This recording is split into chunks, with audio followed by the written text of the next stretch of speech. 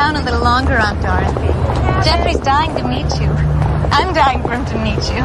I wish I had the chance this visit, too.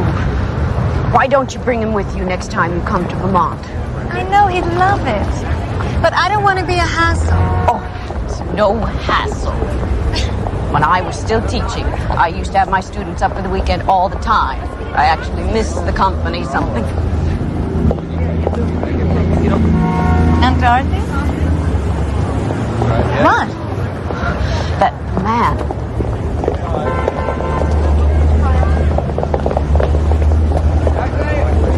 No, it couldn't be. Who is it? Two women, a man, a chase down library steps, and so our story begins. Like life, all stories have a beginning, middle, and end. But the distances between beginning and end, between story and life, can sometimes be deceptive, especially when viewed through the shifting prisms of the Twilight Zone. Come on.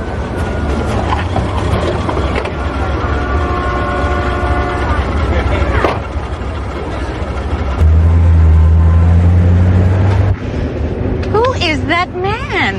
It just may be someone I knew very many years ago. Oh, it was the fall of 1933. I was fresh out of college, just 22. I was taking my first teaching assignment in a small Appalachian town, Powder Ridge, West Virginia.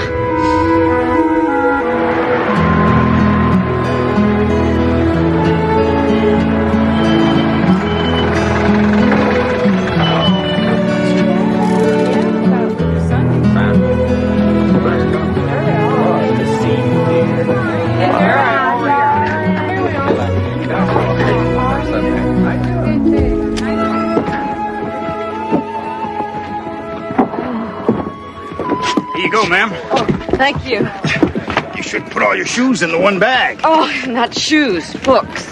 Miss Livingston. Yes, I'm Dorothy Livingston. Oh, you must be Mrs. Dockweiler, Roberta. Oh, it's a pleasure to meet you. It's nice to meet you, too. You best give that one here, son. Oh, do as the gentleman says, will you? Yes, sir, Mrs. Dockweiler. I didn't realize you'd be leaving so soon. I have so many questions. Well, I'm afraid my sister's baby isn't willing to wait. Oh.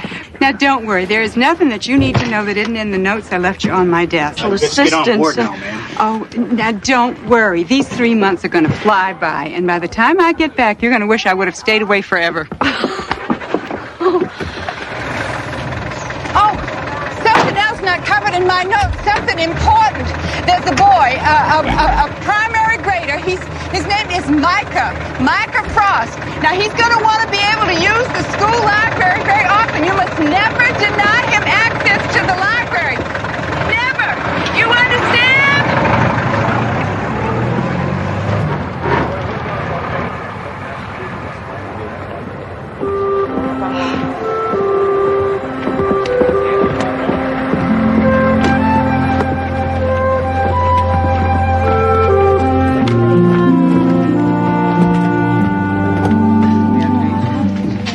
Yes, Mother, it's very clean. And the bed is firm. I checked first thing. Listen, I'm going to have to go soon. This is very expensive. I know. I'm going to miss our after-supper talks, too.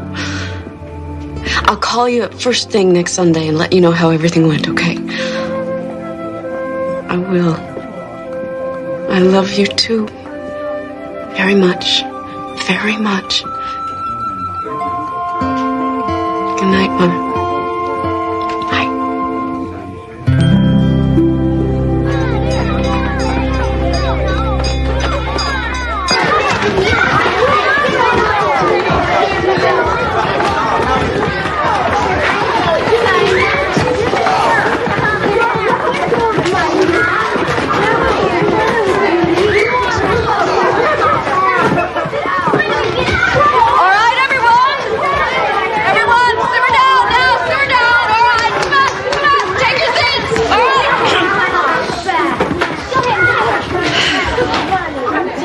Okay. Daniel Elledge? Present. Nathaniel Elledge? Present. Micah Frost? Present.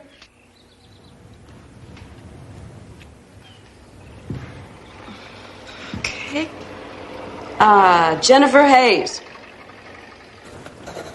While the expanding colonies were growing wealthy and independent, Britain maintained that the colonies existed solely for its own profit and were to be tightly ruled by the king and parliament back in England.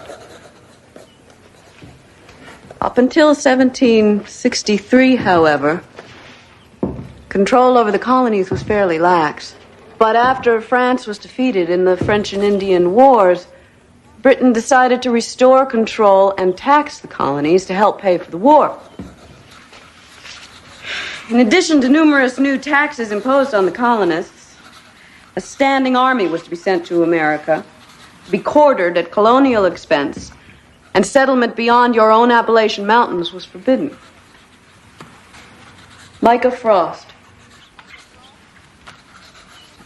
Micah Frost? Yes, ma'am. Can you tell me the natural border the British chose beyond which colonial settlement was forbidden? No, ma'am. I can't. I just mentioned it a moment ago. The Appalachians. I suggest you put your other work aside for later and listen to the lesson at hand.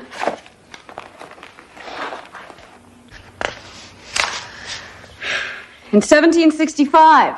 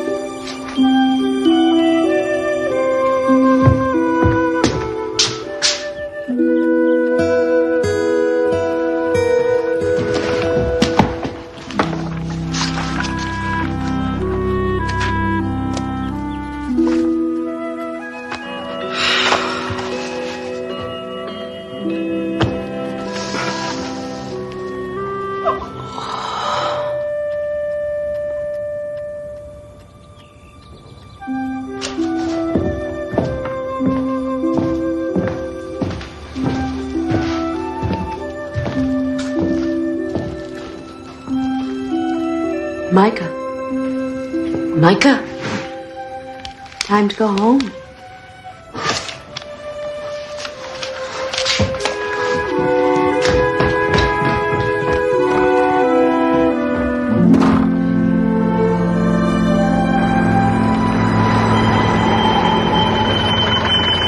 Hi, Miss Livingston. Hi.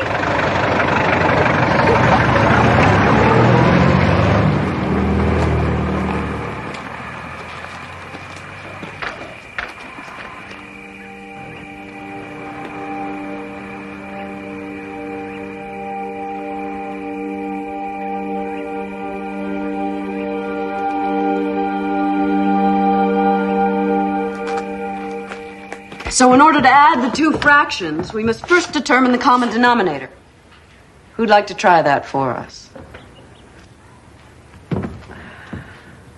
Mossy?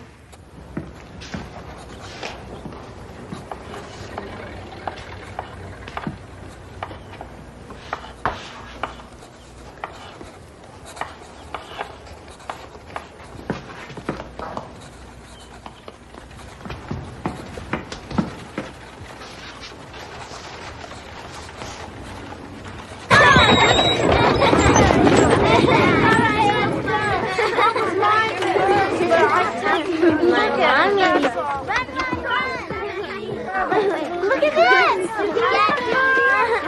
Micah? Micah, may I see you down here a minute?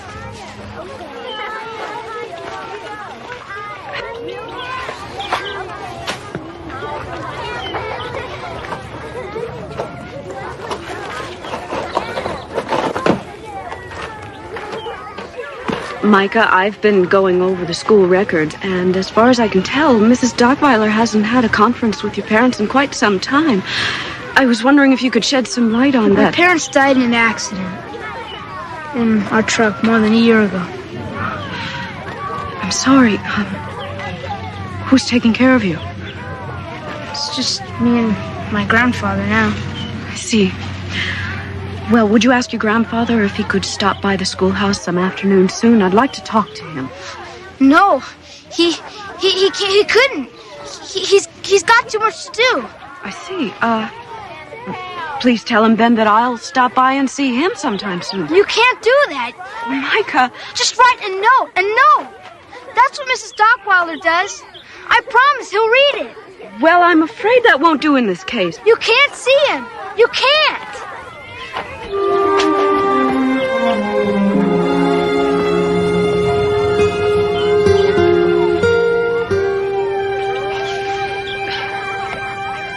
And the princess heard the lion in the brambles, but she couldn't see it, but she knew it was hungry, and she knew it was coming closer to her.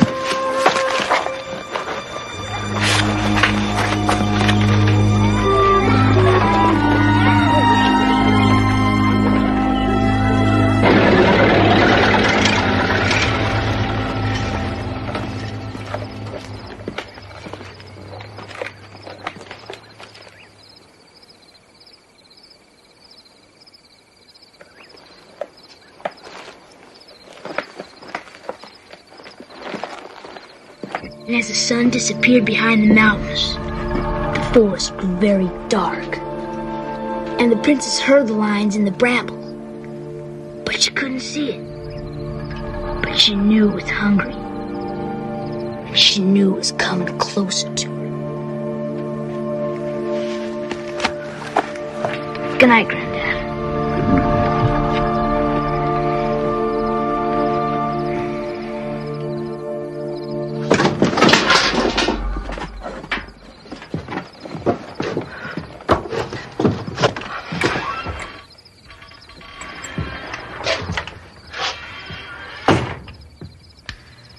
How much did you hear? Just the very last. Micah, I apologize. When I stepped up here, it was not my intention to eavesdrop.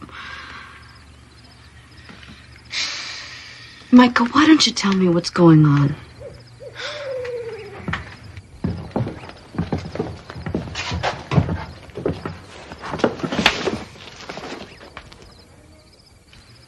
The man in there? The man I call my grandfather? Yes? Well, he's not my grandfather. He's my great-great-great-grandfather. Born in 1793. He's 141 years old. Micah, I've never heard of anyone outside of the Bible living past 110. How? I keep him alive. Like my daddy did. And my daddy's daddy. Well, and his daddy before him. I keep him alive by telling him stories. Stories? Not whole stories, but stories left in the middle. Left that so he's got to stay alive. Got to live till the next day to find out what happens. Oh, Micah, stories don't keep someone alive. But they do. Every night I finish a story from the night before. Then I start a new one. Always leaving off at some middle spot. Some spot where he's aching to know what's going to happen next. I used to sit with my daddy when he told the stories. Told me to listen, too. And learn. Because in 10 years or so, it was going to be my turn.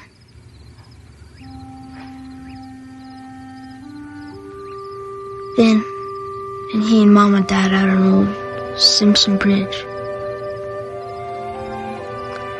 Came to be up to me that very day. Have been ever since. You make up a story all by yourself every day? Got to.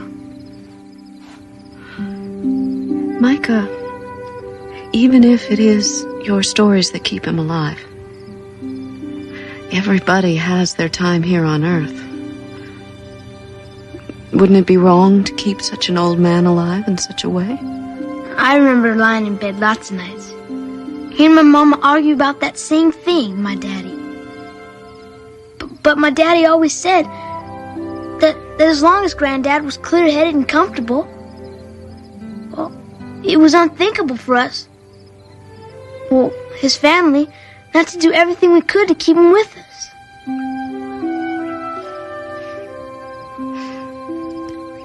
Now that's my responsibility.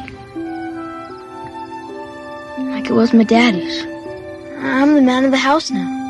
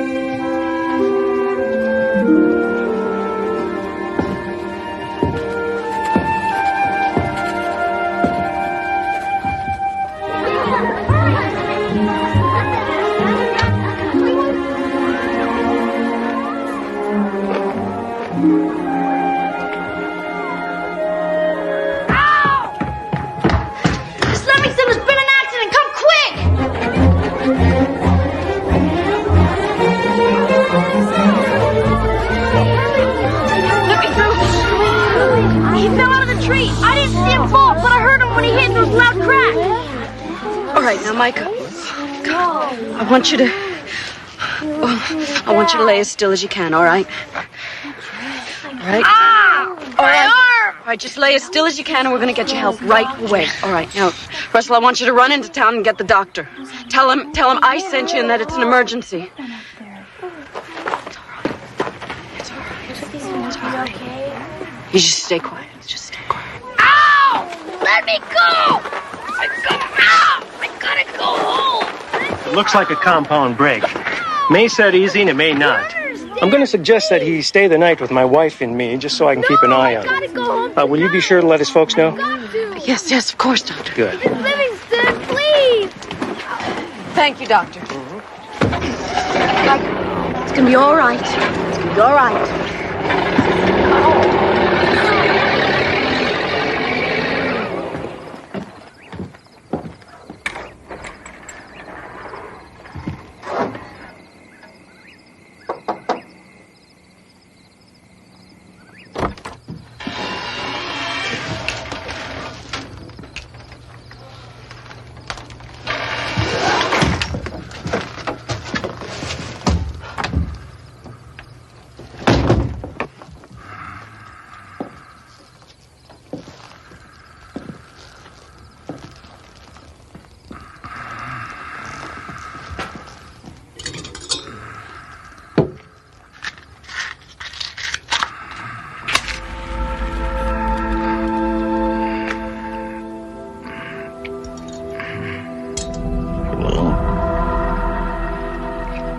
Frost?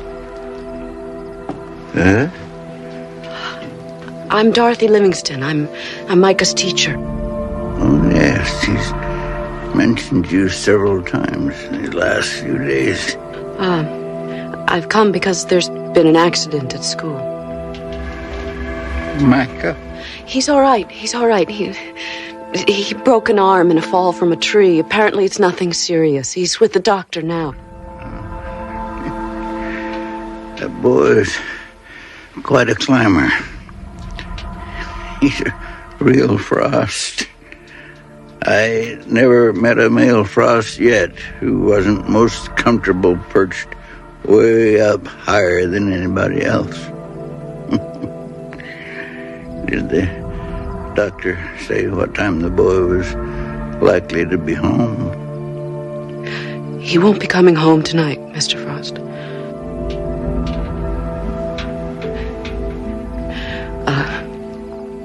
He's going to be staying with the doctor and his wife until the morning.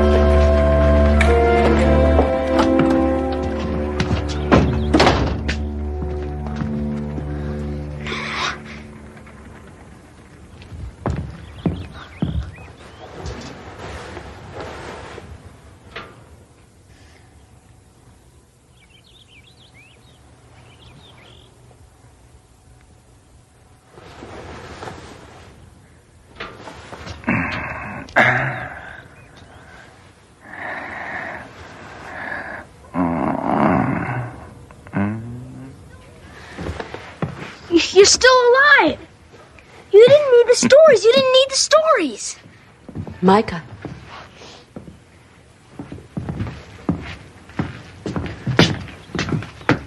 You dropped this yesterday when you fell. Oh.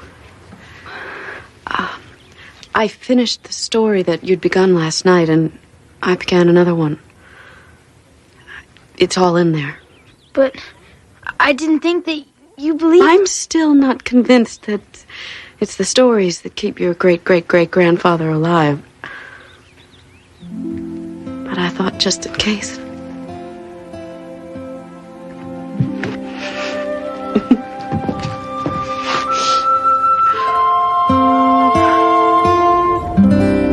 I finished my 3-month teaching assignment in Powder Ridge. Gave all the books I'd brought with me to Micah as a gift. Got on the bus and have never been back. There have been a number of times over the past 50 years when I wondered just what became of that odd little boy and the old man. And you think that man we're following is... Micah. But if the old man were 141 in 1933, he'd have to be close to 200 now.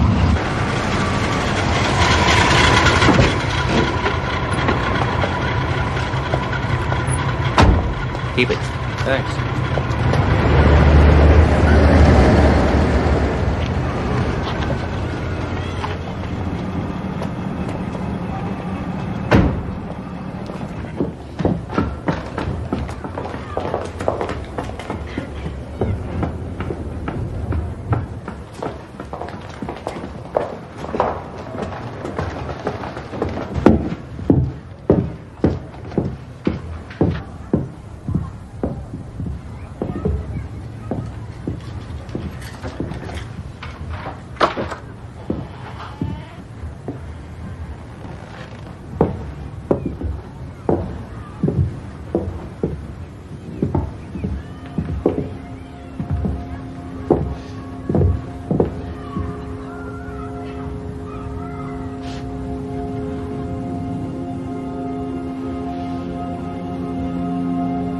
And as the woman watched, the door eased open very slowly.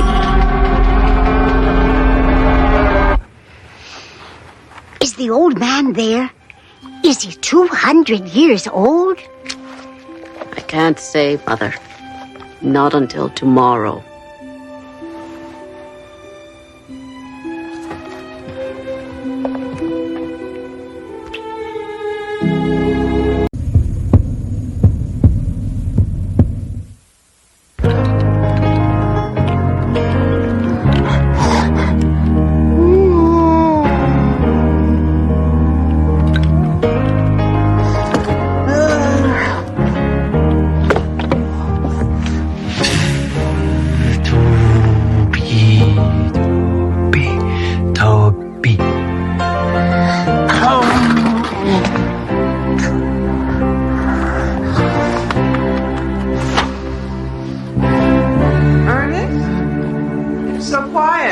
right? He's fine, dear. He's just playing. You know I worry, Ernest. I know, dear.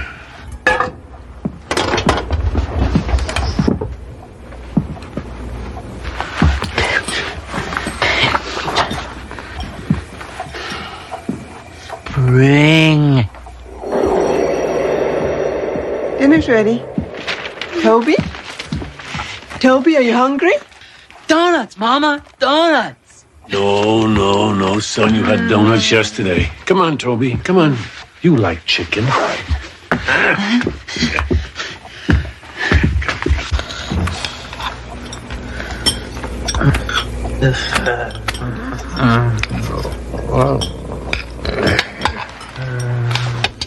No, Toby.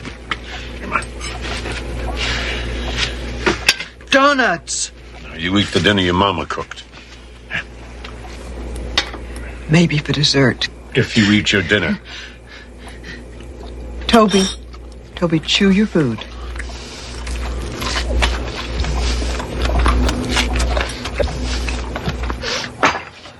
Donuts. All right, Toby, let Daddy get the picture.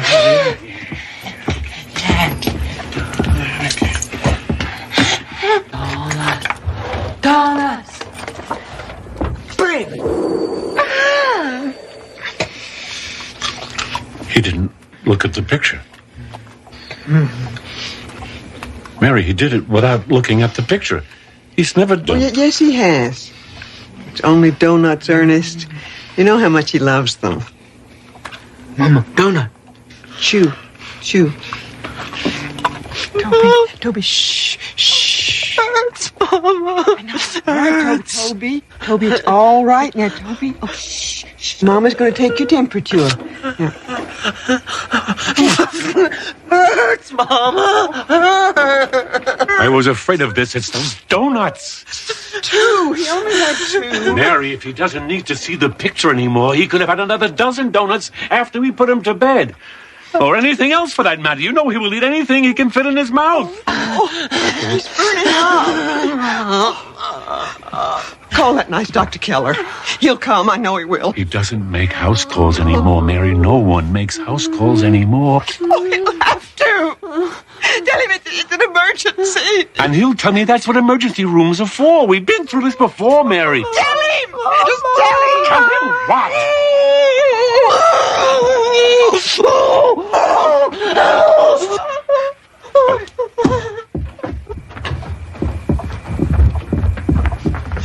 Are you calling Dr. Keller? I'm calling an ambulance. We can't.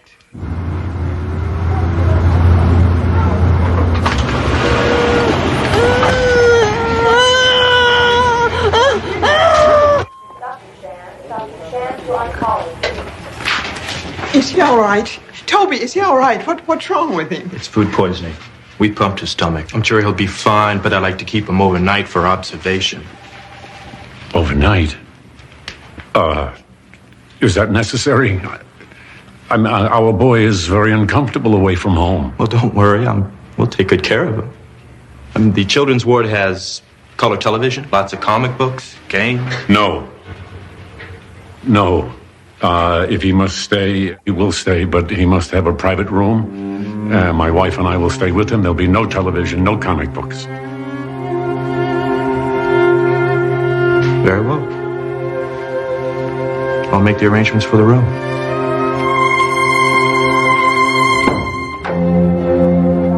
Good morning, Mr. and Mrs. Ross.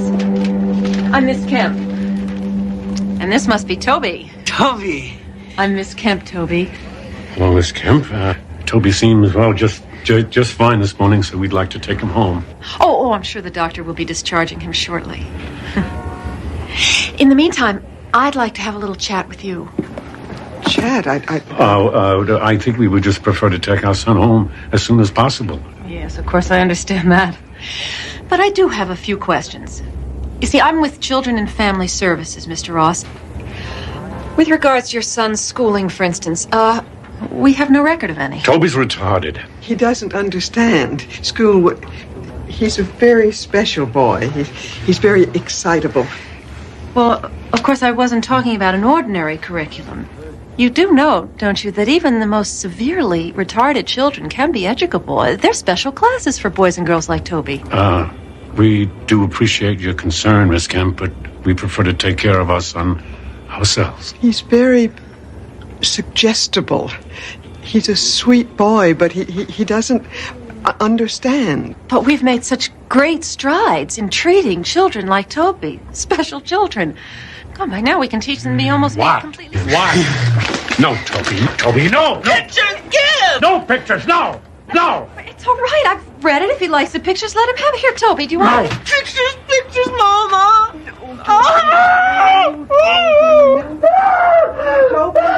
Toby, it's all right. Mama's here. Now, Toby, we're going to take you home, and you can look at your toy book. Toby, don't cry. We don't allow him to look at such things. It's only a magazine. There's nothing wrong with a magazine. We'll be the judge of what's right and wrong for our son, Miss Kemp. Get the boys' things, Mary. We're leaving. Wait a minute. You can't just walk out of here. Can't we?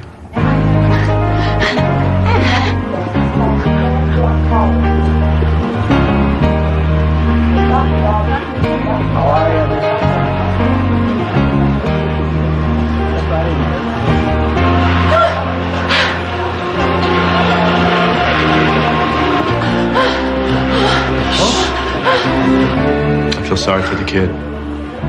Anything we can do? Yeah, I can look into the home situation. I mean, these aren't the dark ages, right? Expect I'll be seeing a lot of the Ross family.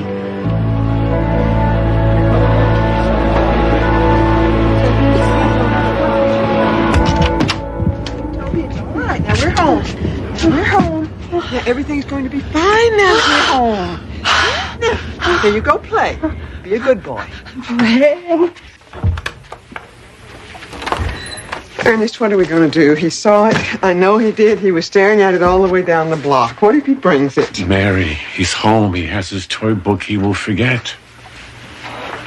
It was only a squirrel. It'll be dead if it arrives. I will bury it in the backyard with the others. I will get rid of it, like I always do, don't I? Please, remember your heart now. Don't concern yourself. You know I worry. Well, Ernest, that woman, Miss Kemp, what if She won't bother us. I'll take care of it. Mary, please. He's a good boy, Ernest. He just doesn't understand. Maybe that woman is right. Maybe a class, some kind of a special teacher. Mary. Just a little help. Just for a few days, just a couple of hours. That's not wrong of me, is it? For just a few hours.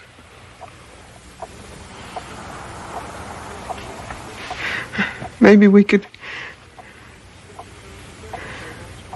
go to dinner to a nice restaurant. Just the two of us. Or maybe we could go to a movie. How long has it been since we've seen a movie? I know you're tired. It would be nice to have someone share the burden, but we can't, Mary. We can't. He's ours. Our son, our responsibility.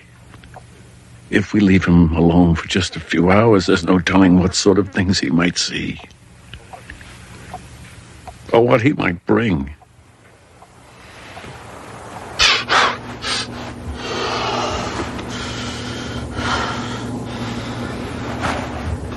Bring!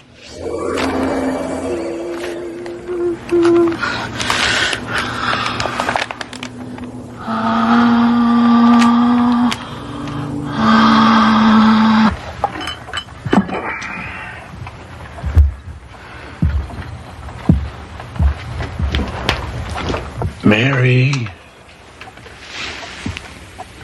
I made you some tea. Ernest. How nice. You didn't need to do that. Where's Toby? He's still in his room. He's playing or sleeping. He's fine, dear. Just have some tea and try not to worry. You know I can't help it. I'll just peek in and see if he's all right. I'll be right back.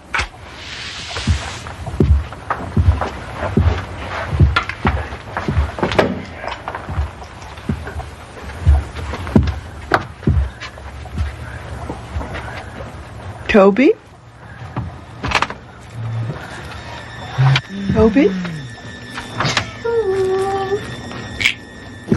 Toby? Toby, what are you...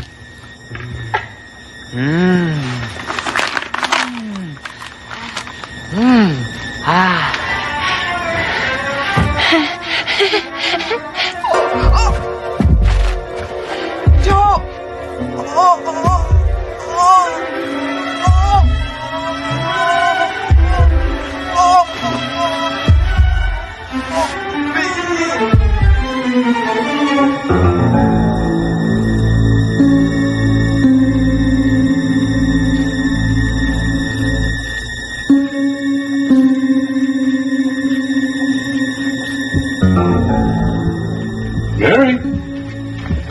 Mary? Mary?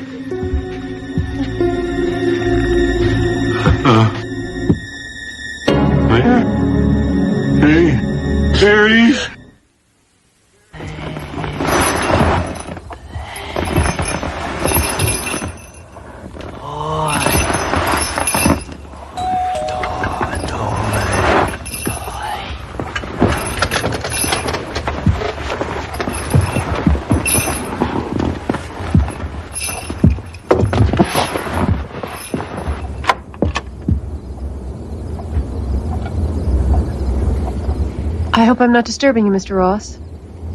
I'm so sorry about your wife. Oh, yes. Well, thank you. Thank you. Mary. She was so very tired, Miss Kemp. She was never a very strong woman, and all the stress.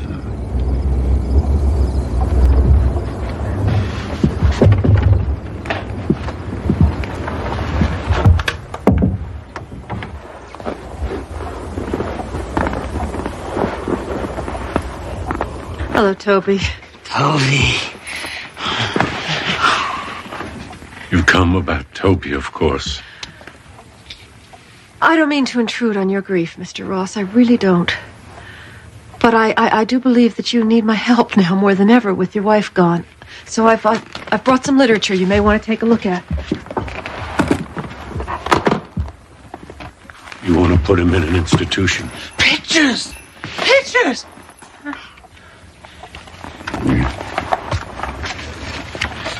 It's very nice.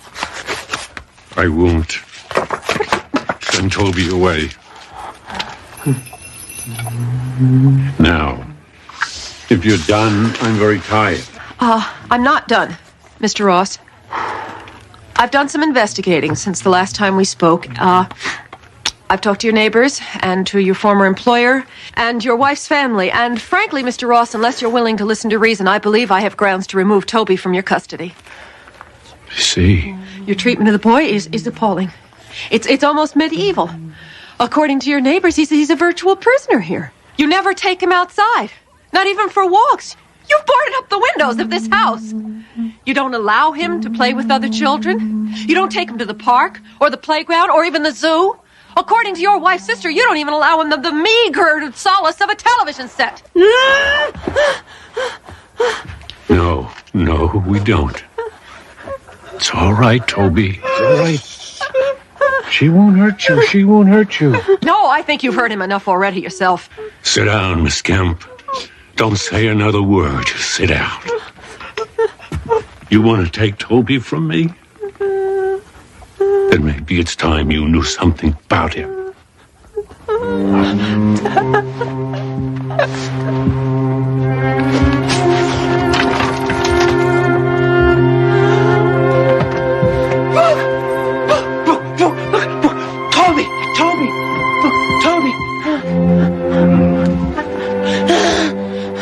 Boy loves books. Photo books, comics, magazines, anything with pictures in it. Toby. Come, Toby. Come on, Papa. Come here.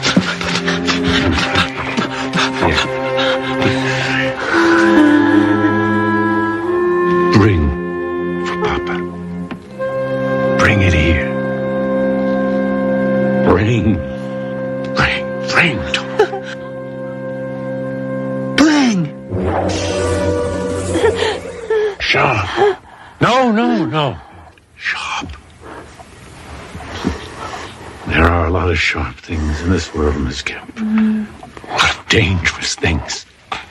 Do you understand? I'm sorry, Mr. Ross. I'm trying to talk to you about your son's future, and you're doing parlor tricks. Prove it to yourself. Go on.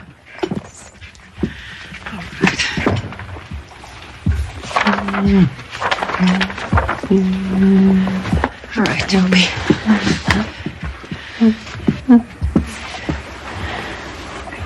Bring this. Mr. Ross, this is not...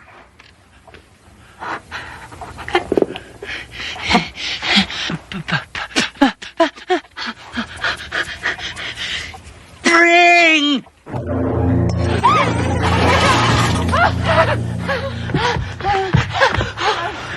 What is this, Mr. Ross? Some kind of miracle? A miracle, no, Miss Kemp. It's more like a curse. Why do you say that, Mr. Ross? This boy has a gift. He has a talent nobody else has ever had. He saw a puppy on television one day before we got rid of this set. He wanted it, so he brought it. It was dead when it arrived. He can bring back living things, but he forgets. Our backyard is full of what I've buried there. Do you still want to take him to the zoo, Miss Kemp? Do you still think he needs to play with other children? Most of the time, he needs a picture. Now, sometimes Toby just remembers. I owe you an apology. Toby was never the prisoner. It was us, Mary and me. All right, Mr. Ross. Listen to me. It doesn't have to be that way. Toby still needs help. He needs it now more than ever. You know what kind of help the world will give him. They'll lock him up, run their tests and experiments, use him if they could for whatever they want. Toby won't say no. He can't say no. And when they're finished with him, what will the life of one little retarded boy be worth? He is my son, and this is his home. Get out! Out! Get out! Get out! Mr. Ross, I cannot leave here and forget what I've seen and heard. I have to report this. Get out! No, Toby! Toby, please get out! Toby, no!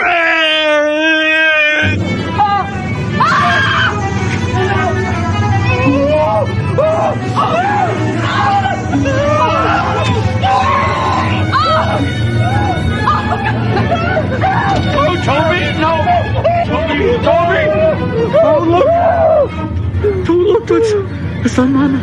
That's not Mama. That's not look. I'll take it away. I'll take it away. I'll take it out. It's all right, Evan.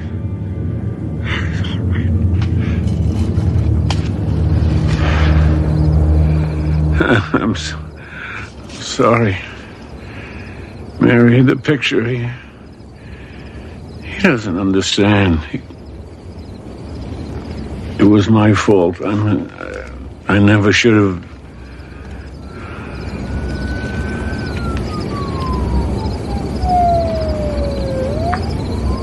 It's time.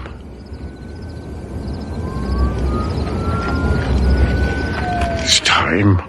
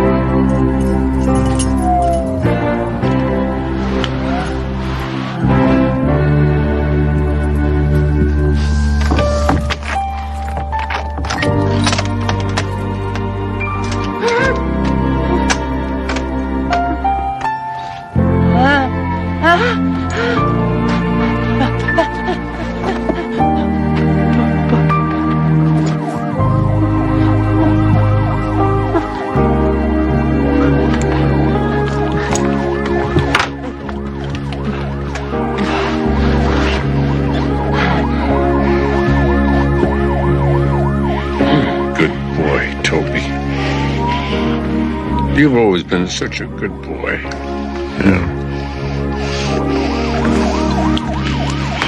Look. Look, Toby. Look. Look. See? Oh.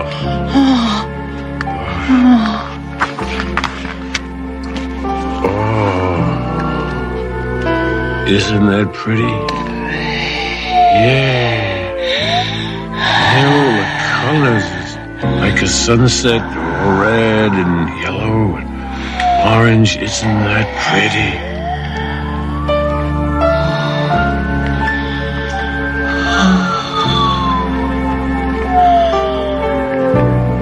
I love you, my good boy.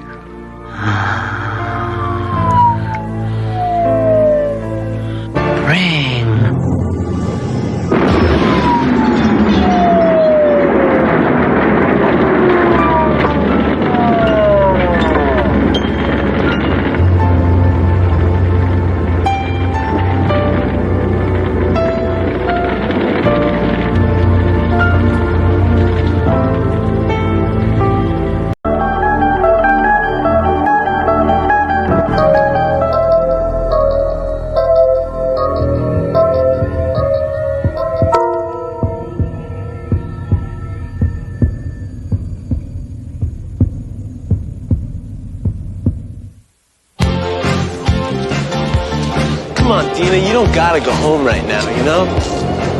I don't know. I told my mom I'd go to the drugstore and come right back. Well, since when do you do what you tell your mom, you know? Come on, we'll have some fun. Oh, yeah? Yeah. Doing what? I don't know, I mean, I'll scare up some burn and I'm sure we'll think of something. And what is burn? Oh, burn like booze, you know? Well, look, I mean, it's gotta be better than sitting at home, right? I mean, unless you want to vegetate with Mom and watch Dynasty on the big screen. Come on. All right. Let's go. All right.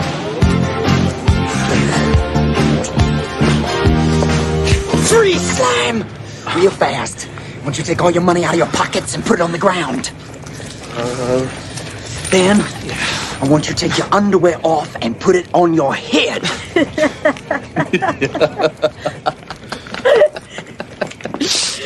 Oh, Lonzo, man, you know, man, I swear, I think my little brother would have done it. No, I don't think I want to see his underwear right at this moment. Oh, look at this. It ain't even a gun. No, man, it's a starter's pistol. It's pretty mean, though, don't it? Come on. Come on.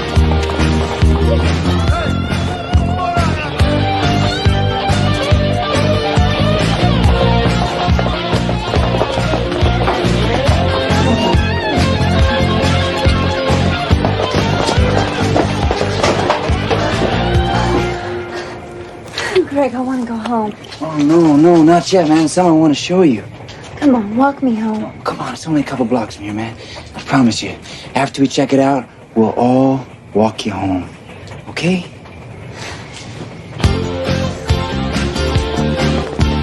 Wait, old man Taylor's place? Not anymore, man. He died.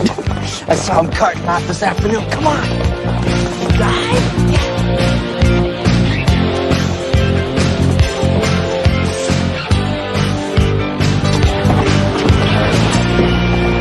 Ambulance guy's back here this afternoon. Had the top off and checking it out. Oh, like silk, man. Feel this. This is a hell of a car, ain't it? I wonder what the inside is like.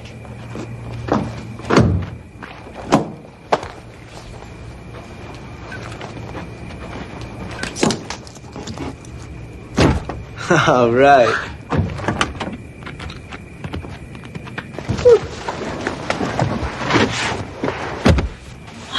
This is bigger than my whole bedroom.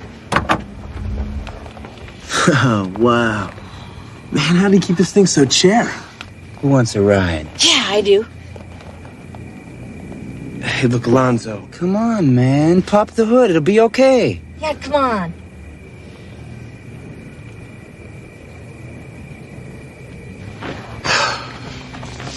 Yeah. Gregory, come on. Gregory, come on. This is crazy.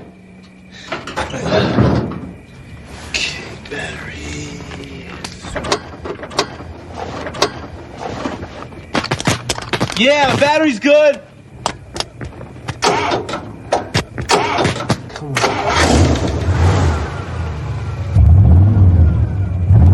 All right.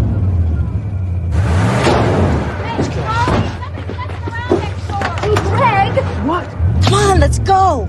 Come on. Come on. Let's go.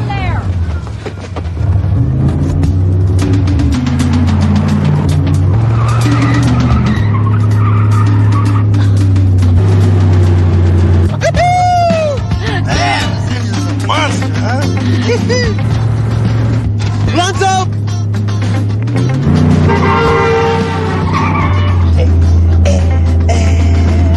The ultimate life experience.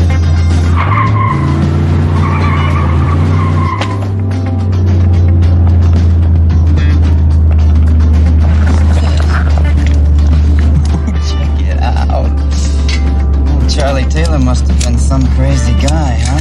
Woo! What street is this? I don't recognize it. It's me. Deaver, that was Penfield. Don't look like Deaver. Look at the houses. Wow, look at the cars. I want a cigarette. Pack in the glove box.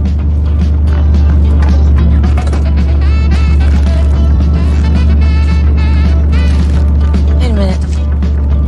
How'd you know this would be in there? Hey, Lonzo, pull over. What? I said pull over, man. There's something really weird going on. No way, man. I ain't done having fun yet. Oh, man. They gotta know this thing's stolen.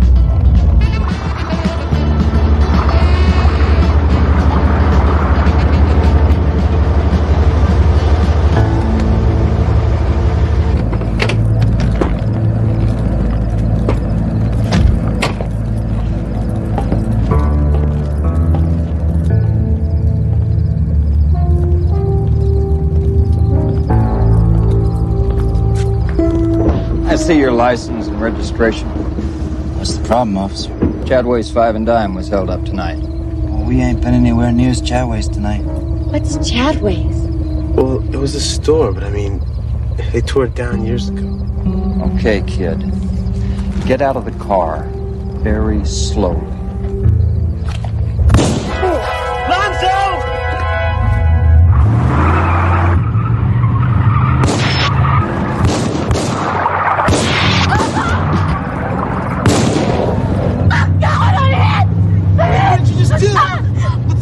You, huh? Get away, I gotta get away. You shot a cop, you idiots! Had to. No, you didn't!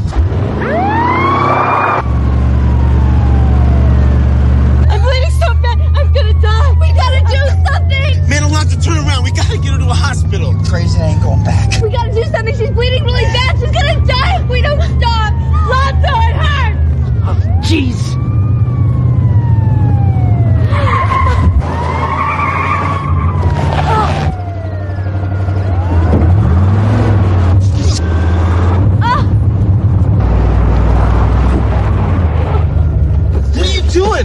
We can't just let her go. Come on, man. I gotta get the door open. What is wrong with you? This ain't like you, man.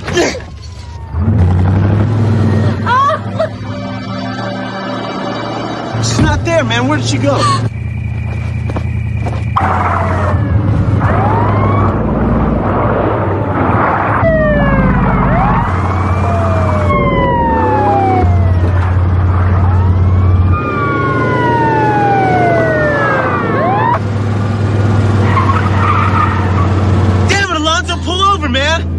Something weird's going on. I can lose him. I can lose him. You pull over and let us out now.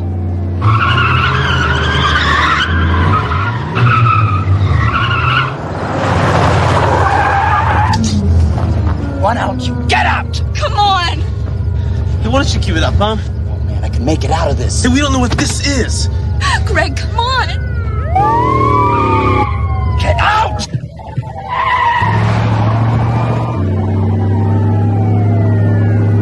What the hell?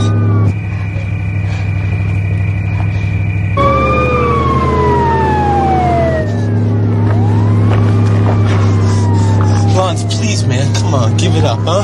Think about it, it ain't worth it. Oh, man, the cop is dead. I know he is, so I'm gonna die anyway. How do you know, huh? Man, we can shake these guys, I know it. Look, I ain't gonna die out here with you, no? I mean, I ain't gonna die. Come on, man, we're gonna make it. We're gonna make it.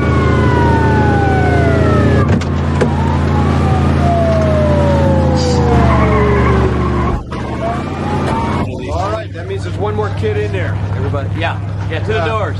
Maybe a pry bar, will you, Sean? I'll go around the other side. All right. Adrian called her when she heard what was happening. You okay? Hey, that's my brother in there. What's going on? Beats me, but that car is something of a legend. It was used in a robbery 30 years ago. Cop was killed. I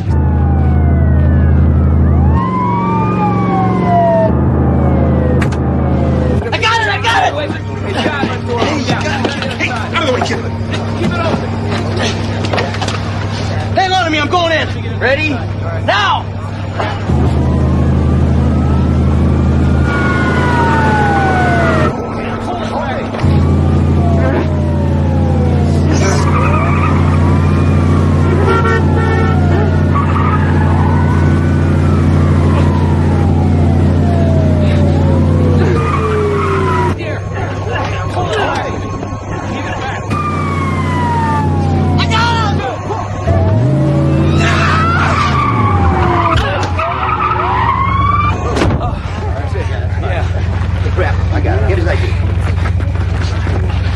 You okay?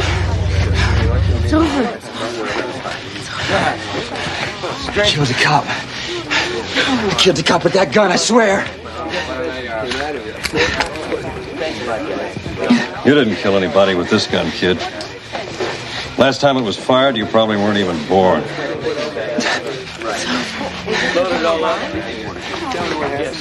What happened? Yeah, look, Lance, you didn't do it. It was old man Taylor. I mean, after all these years, he was trying to confess. And I guess this was his way.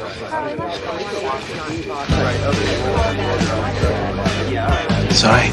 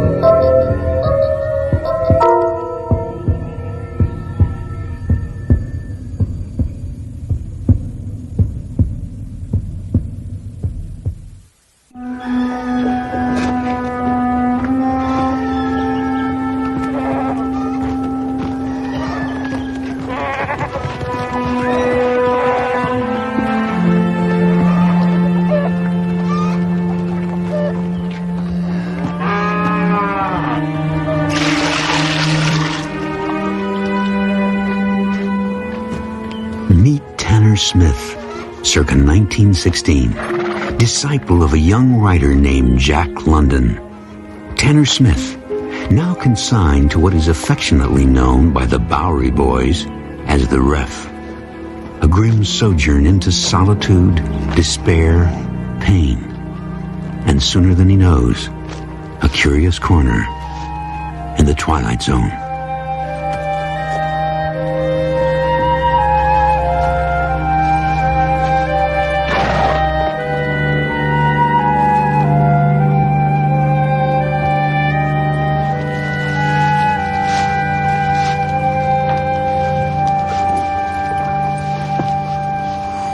I've been watching you. I know. You gonna tell your father? Why would I do that? I wouldn't want to get you into trouble. It'd be worth it. You're so pretty. Does your hair always shine like that? Almost always. I saw you go into the library. I like to read. Well, so do I. Books about wolves. You better go. I wouldn't want you punished. But I want to see you again. Talk to you. I don't think that would be wise. I'm not wise. I'm just hungry for someone. I'm Tanner. Tanner Smith. I've got to go. Oh, wait. Well, can I see you again? please? We'll have to be careful.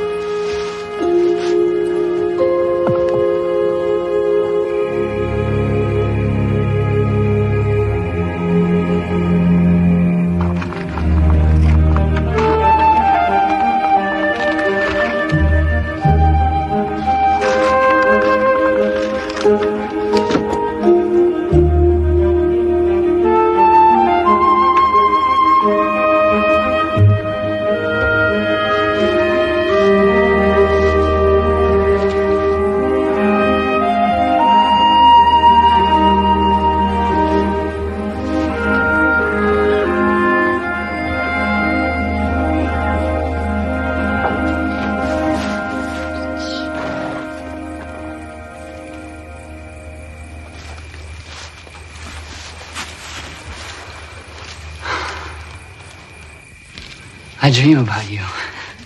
So you say. Oh, it's true. Pretty dreams. The trees are as high as the sky. Do you ever dream about me? Sometimes. What is it? The dreams frighten me. They're dark sometimes. Winds are blowing and I hear strange sounds. I wake up fearing I'll be calling your name and my father will hear.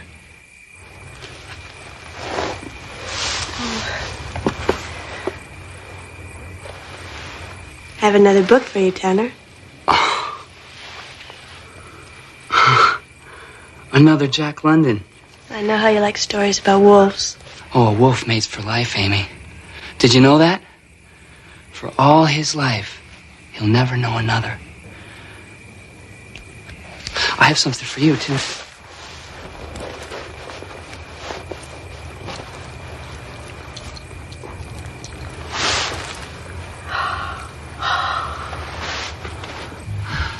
It's lovely. It was my mother's. Really? No. That ain't true. I don't want to lie to you, Amy. I don't ever want to lie. Then where'd you get it? I picked it off a drunk in Chatham Square. But I never hurt no one, Amy. You gotta believe that. I'm sure I had a real gift for picking pockets, but it was just a way of surviving. I had to do it. It's just the way on the streets. You understand? I don't care about all that. I know what you really are. I love you, Tanner. My sweet, gentle Tanner. Amy.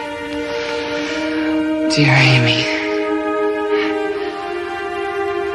Kiss me, Tanner. Kiss me.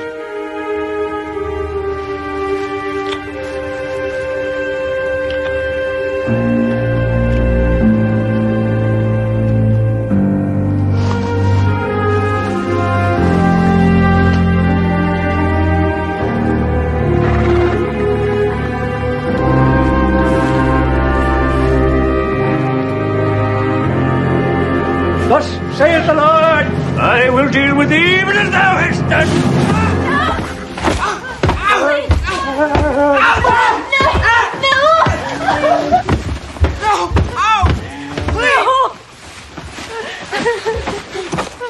Just like your mother.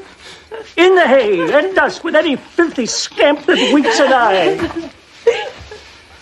A wolf steals a lamb from the flock, eh?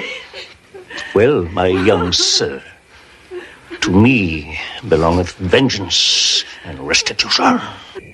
I have warned you time and time again to stay away from the scum in this place. They are animals, beasts, to be caged away from the decent people of this world. I have taught you the scriptures, girl. I have prayed that you'd live by them. And I will not have my flesh betray their righteousness. I hate you. And if you should choose to disobey me again and crawl to him in the night, I'll know it. And I will see to it that he's found dead in some dark hallway. No!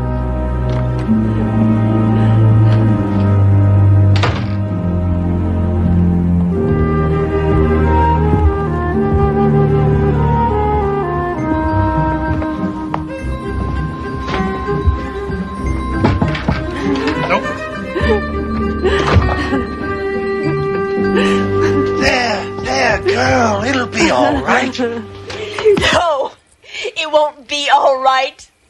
You'll kill Tanner if I ever see him again. I know him. He'll do it. Well, now, Amy, you know the hooky ain't gonna let that happen. You're nothing but a broken down old bum. What could you do? I just want to die. That's what I want. To be dead. No, Amy, dying ain't the answer. Not for you, not for Tanner. Because you're young. And you're in love, and you must never give up hope. I'm sorry for what I said. I didn't mean it, Okie.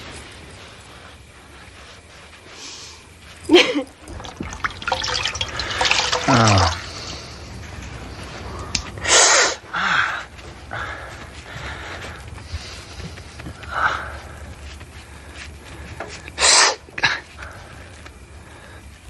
Amy, have you seen her?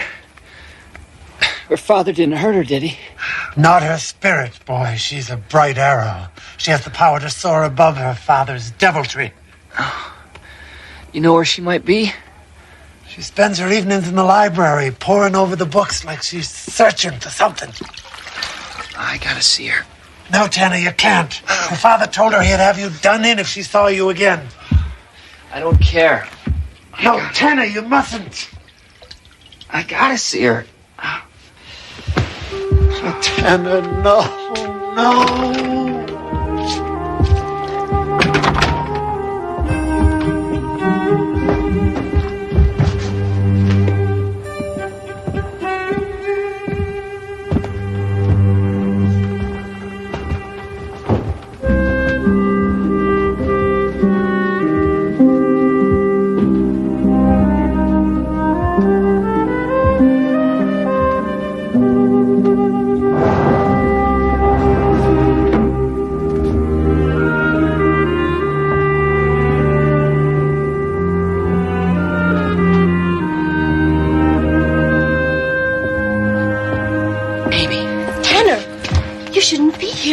My father. I know, the hokey told me.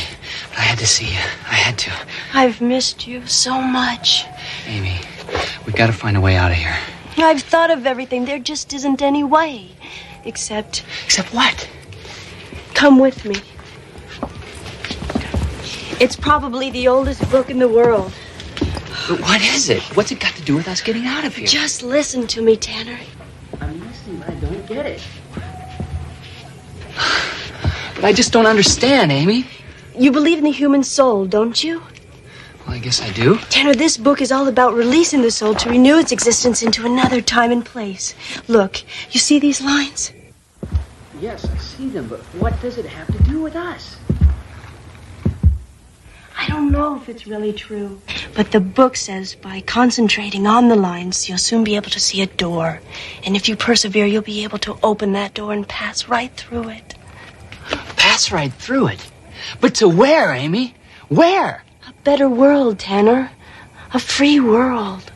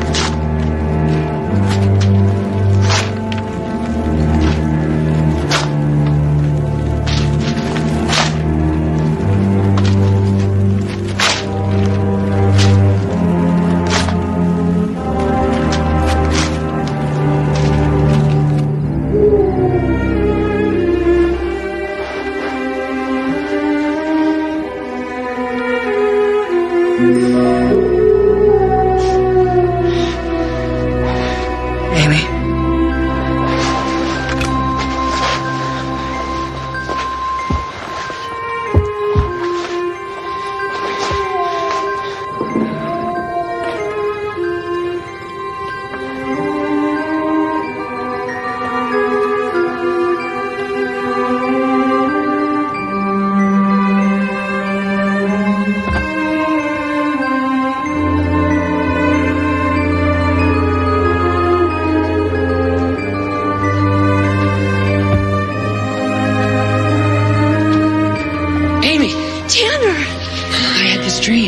Like you or someone was calling me, and then the gate was open. Tanner, there's no time. My father will know that we're meeting. But we're outside. We could run away right now. No, Tanner, it wouldn't work. He'd find us no matter where we went. I can hardly breathe without you. How can I live without you? Tanner, listen to me. I have found the only real way out. It's in that book I showed you. It's another world, Tanner. A younger world. What are you talking about? I don't understand you. Please believe in me, Tanner. When the time comes, you'll know. But Amy... I love you, Tanner. I'll always love you. Now get this piece of paper to him. Make him believe. Promise me. I promise, Amy, I promise, but I don't think he'll believe me. If you're convinced, he'll believe you. Amy, are you sure of what you're doing? For the first time, I do feel hope. Now remember, Hokey, I may seem dead, but I won't be. My mind and spirit will just separate from my body. But Amy, if you seem dead, your father will think you are, and he'll try to bury you. I don't know what will happen. But I'll be free.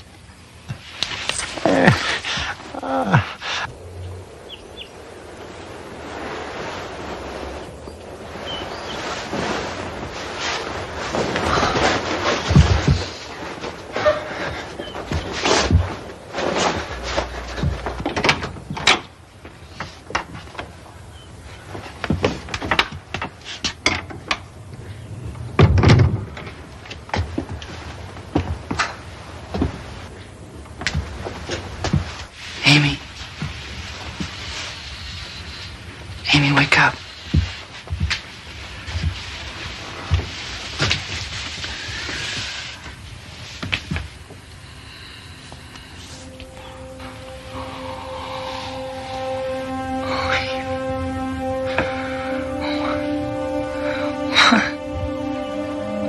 No! Why would you leave me? Why?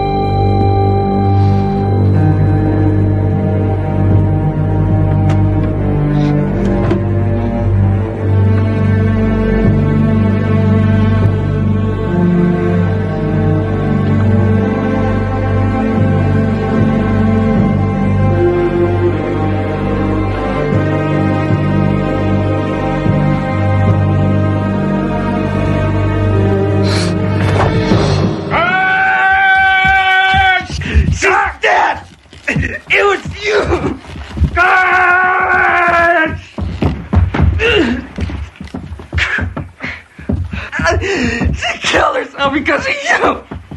Damn you! Take him to the hole and lace him up tight! You killed her, and you're gonna rot in hell forehead! Hell, that's your home, young sir. A true disciple of your master you are. Amy! Why didn't you wait? Tanner!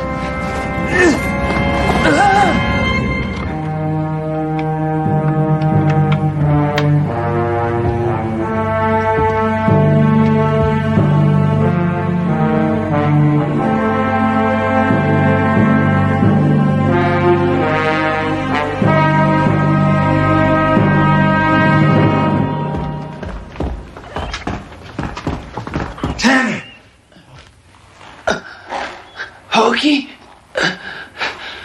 She's dead. No, Tanner, I swear I saw her. She left her body, moving into the other world. But how can that be? She told me how she did it, and how you can do it too. Thou shalt vow a vow unto the Lord thy God. Thou shalt not slack to pay it. For the Lord thy God shall surely require it of thee. Thou art my battle axe and my weapon of war. And the enemy is the son of the morning, the disciple of Lucifer. Well, if this is our last chance, please, believe me and do as I say.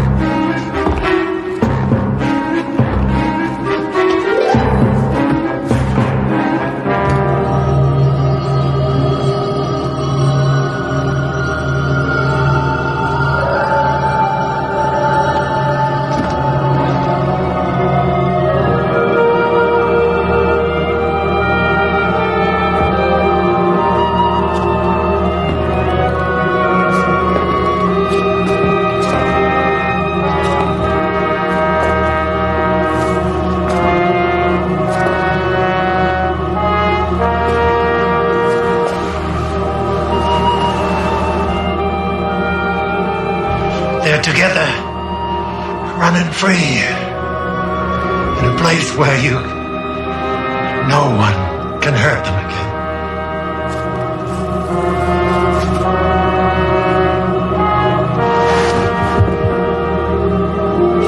A song of the younger world. A tale told on wintry nights when the moon is full, of living with wolves and learning to howl.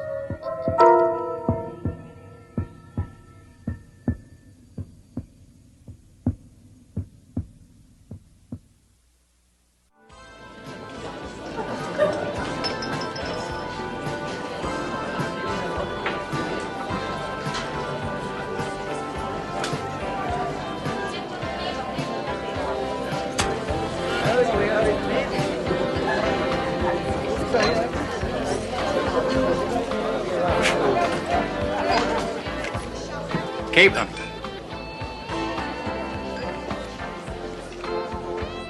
Helgramite method. Cure for the problem drinker.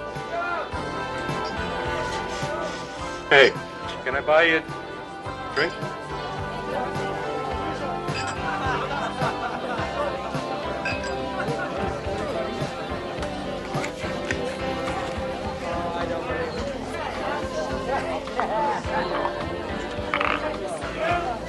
Weird.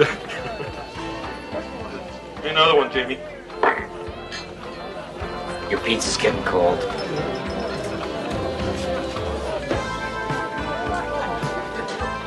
Look, we'll just make it one for the road. I'm out of here. Put it on my tab. You're that one before.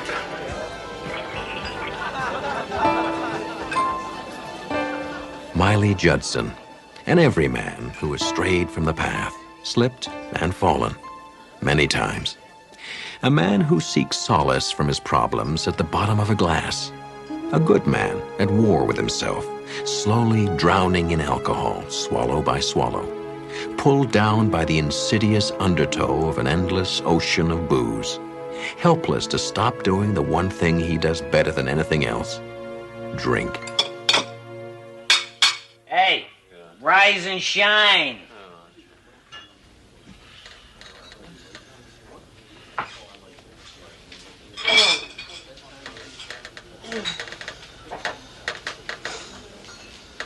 Jamie, just one more for the road. That's what you said 5 hours ago. We're closed, Miley. Go home. Home. I gotta go home.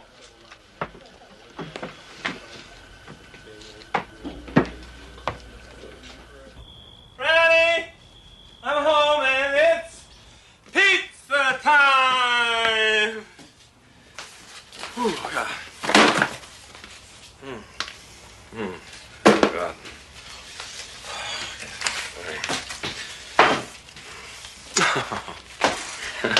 Hi. I'm sorry, honey. I know you're hungry. So what do you say we take this old cold pizza, put it in a nice hot oven. Do you have any idea what time it is?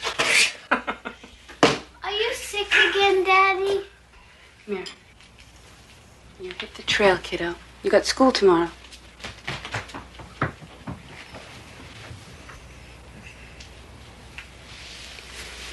I've had it. I can't take any more.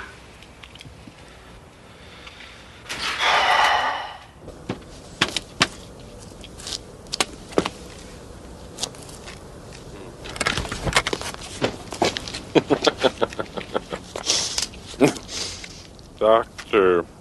Jeannie Merrick. I know. Listen, I know it's late, but Matchbox says 24 hours a day. Come. Come in, Mr. Miley Judson. Judson. Come in, Mr. Judson. I'm used to my patients dropping in at odd hours.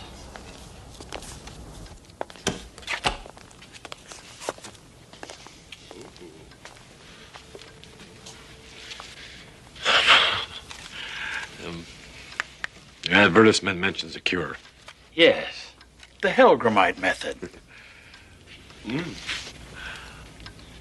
Go ahead. Help yourself.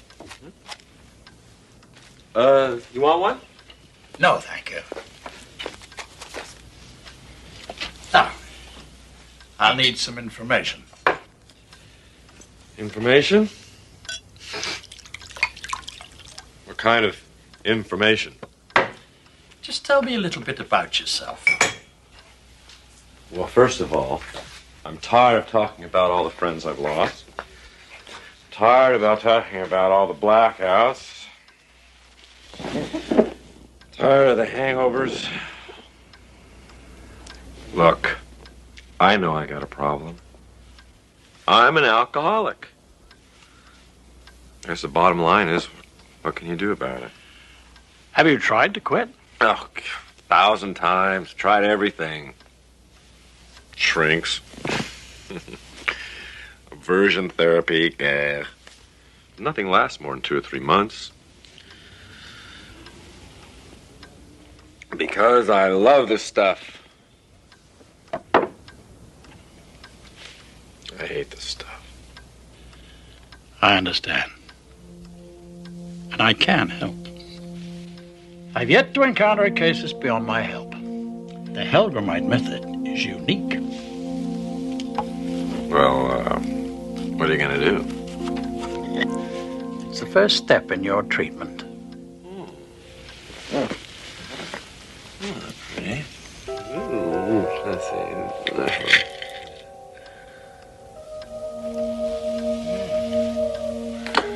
Oh, well. What the hell? What do I gotta lose? You're quite sure you want to quit drinking? I want you to understand that with this method, there's no turning back. Things couldn't get much worse.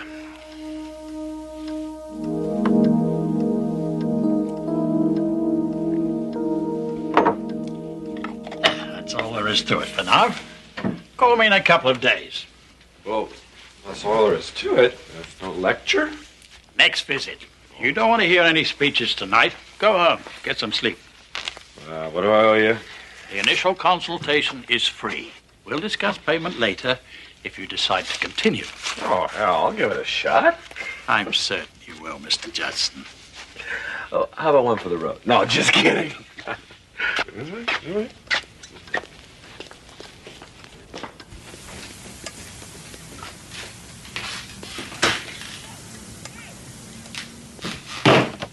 Morning.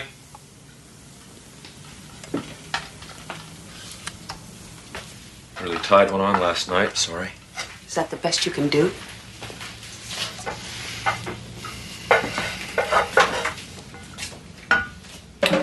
Franny, I think we need to talk. Talk? Miley, I'm fed up. Do you understand? Hi. Hey there, Chatter. Hey, Chatter. Here. Come here. Take your breakfast. Go in the other room. No, I said I was sorry, Franny.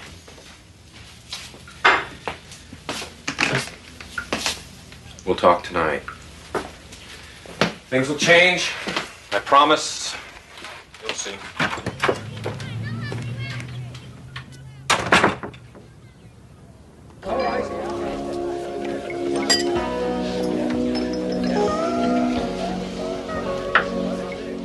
Man, you're really putting them away. Watering the stuff down, Jamie? This stuff's got no kick at all. Give me a whiskey, will you? Make it a double.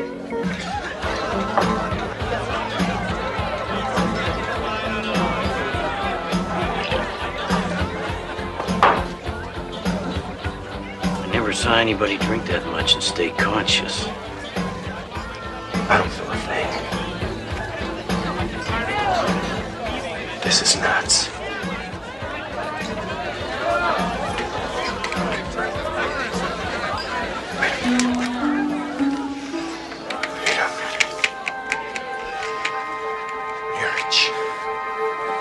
I see you've been drinking, Mr. Judson. Just tell me what's going on. Well, as you recall, last night you agreed to start the Helgramite treatment. So? Have you ever heard of the Helgramite worm, Mr. Judson? What? No. Ah. Well, the capsule you swallowed last night contained a rare sort of tapeworm, the Helgramite larva. By now, the worm has attached itself to your stomach. Your drinking has stimulated its growth. A worm? Oh, God. You gotta be kidding. From now on, the Helgramite will absorb all the liquor you can consume. You won't feel any effect from drinking. You don't think I believe any of this, do you?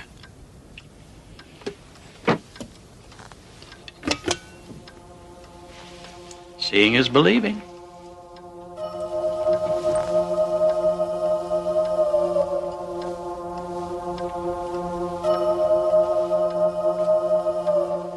Of course, this one's not yet fully grown.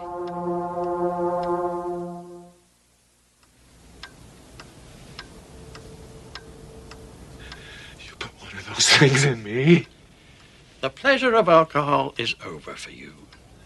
No more buzz, Mr. Judson. No matter how much you drink, the worm will never be satisfied. And if ever you stop drinking, the pain will be excruciating. How could you do this to me? You did it to yourself. No, I've got to get rid of it. You can't! A worm is no part of you. There's got to be something I can do. There is. What? Starve it into dormancy. How? Stop drinking. Stop drinking. I stop drinking, I can stop it. It's dangerous. You might not live through it. And even if you succeed, the worm will always be waiting for you to drink again.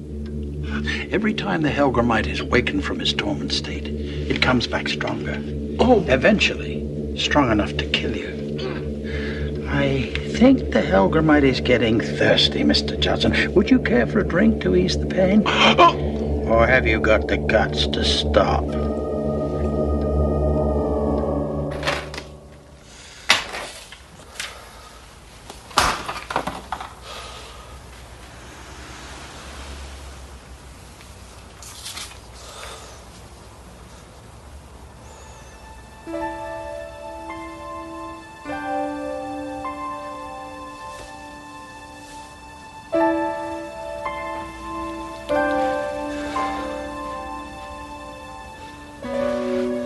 You look terrible.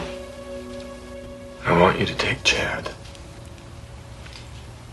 Go stay with your mom and your dad for a week, maybe 2. Why? Because I'm gonna lick this thing once and for all. Cold turkey. Same old broken record.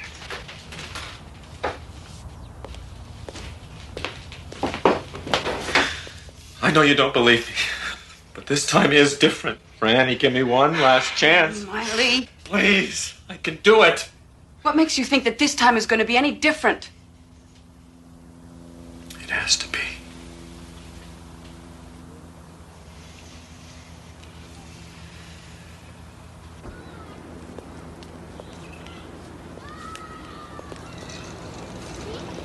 Is that it? Yeah, that's it. I love you, Daddy. I love you too, Chad.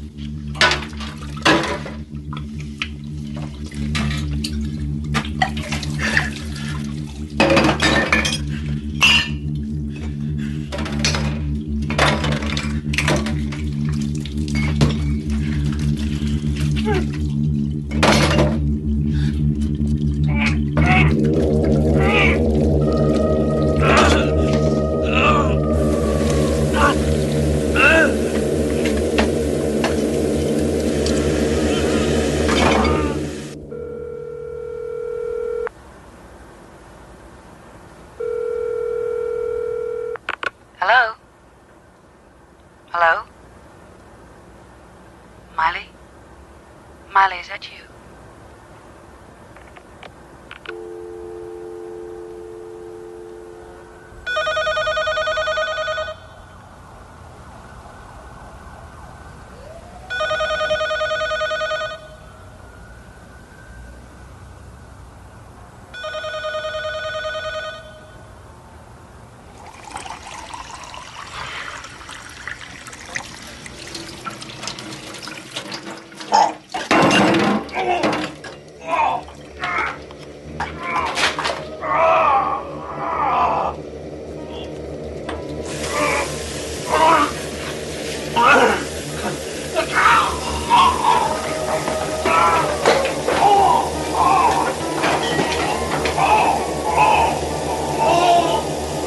Oh, why did you do this to me?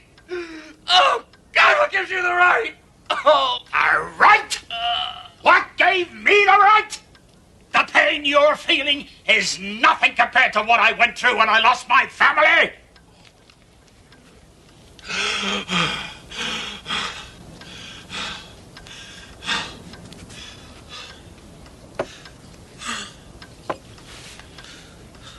The man had been drinking. My wife and 2 children were crossing the street with the light. He didn't even brake until after he'd hit them. I came to you for help. I came to you for a second chance. And I'm giving you a chance. A chance for a new life. You've begun the process. Now you either quit drinking or die.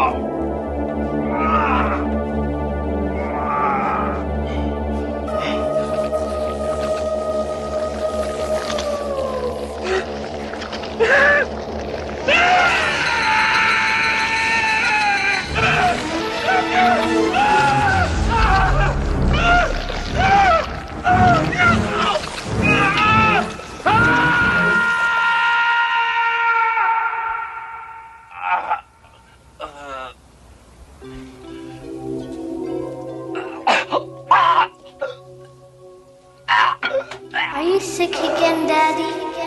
I've had it. I can't take anymore. It's dangerous. You might not live through it. And even if you succeed, the worm will always be waiting for you to drink again. Every time the Helgramite is wakened from its dormant state, it comes back stronger. Eventually, strong enough to kill you.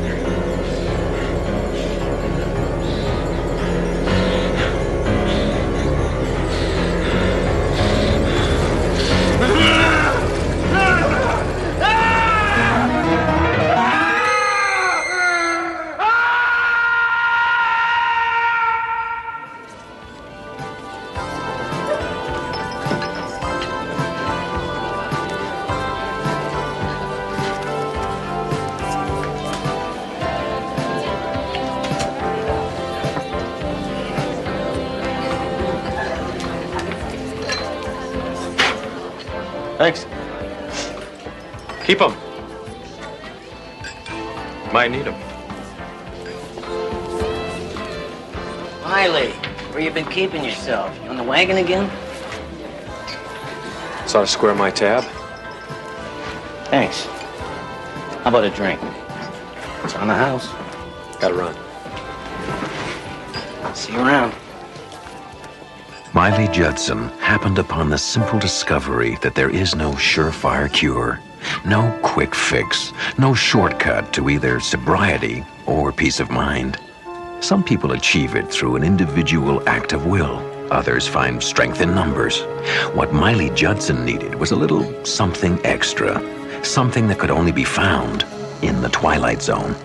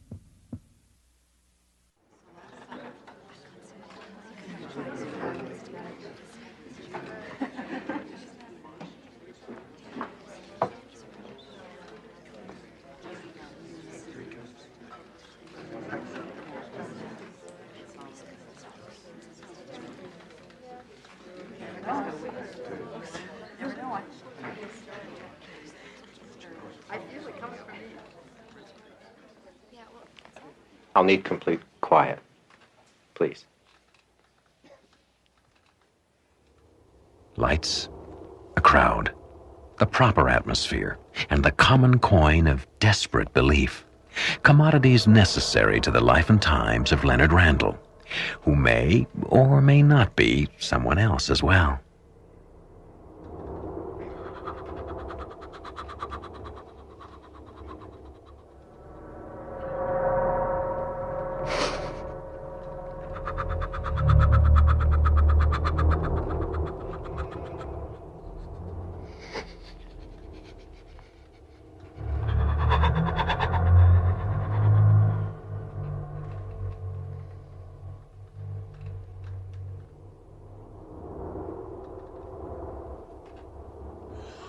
I am Delos, and I am here.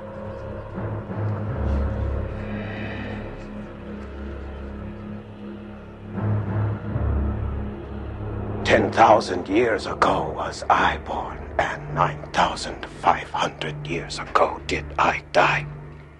I have walked the cobbled streets of the place men called Atlantis, but which we called Shuma Zamoria. My master in wisdom was Eli Ben Zamora, who studied at the feet of the Undying One himself. To you, I bring what little I can offer against the darkness. I am Delos, and I am among you. Speak, and you shall be heard." So David is a nice man, and I think he's a soulmate. But I'm not sure. And I don't want to get married again until I found that soulmate. I'm really getting pretty desperate. My child, in Shuma Zamoria there was a rare breed of butterfly with wings as golden as the morning sun, and very, very fast. If you would try to catch it, so, you would never possess it. And the more you would try, the more angry and desperate you would become. But the children knew better. They would lay down and empty their thoughts and be calm, and soon enough, the golden-winged butterfly of Shuma Zamoria would land. Just so. Do you understand? Yes. Thank you, Delos. This vessel grows weary. We must not tax the goodwill of our host. I have time for one last question. You, the one this vessel calls Julia. Thank you, Delos. A question, not for my own benefit. Why have you been silent for so long? And why have you come back now? I come through the one called Leonard because he has been chosen to receive wisdom. The universe has selected him, and through this he shall gain great wisdom. As for the second question, 5,000 years ago, Shuma Zamoria was destroyed, cast down beneath the waves, a victim of its own decay. And now, this cycle begins again. A third change is nearly upon us. It may bring great good or great evil. And you,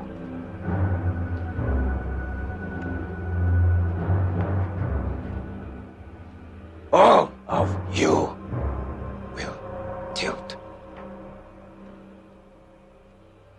a balance. My time here has ended. He whose body I inhabit has reached his limit, and I must go.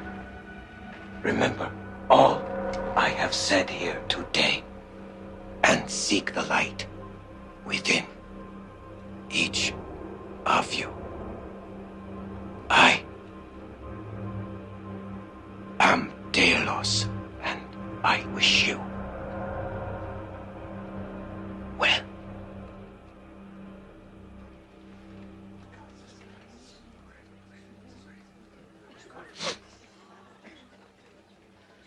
Ladies and gentlemen, thank you all for coming, but I'm afraid Leonard will have to rest for a while. We invite you to come back next week. And remember, an audio cassette of tonight's session will be available in the front lobby in about an hour. Thank you very much. Thank you. Okay.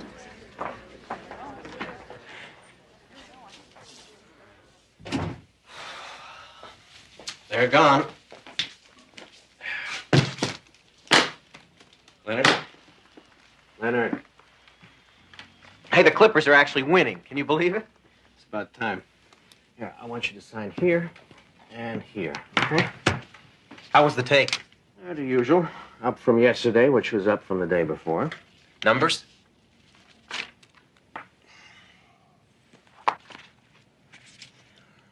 We're booked solid on the 3-day retreat.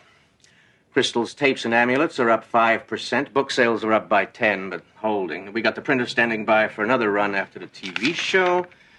Which reminds me, don't forget you got the pre-interview tomorrow afternoon at 3, okay? Good. Should be quite a reaction when Delos goes coast to coast. Just a hop, skip, and a jump till we have a show of our own. One step at a time. As our good friend Delos might say. Never take anything for granted in the profit biz. Words far truer than he suspects. Hey, that's a good one. Huh? Yeah, thanks. It is a good line. Listen, get me everything you can on Daphne Blake. The more I know going in, the better I'll be able to tailor Delos. Yeah, will do. Shall I also send her a bio on you? I suppose, but nothing too spectacular. Just indicate that I'm a humble tool of the great Delos. But a worthy tool can be made from even the basest of metals. Right.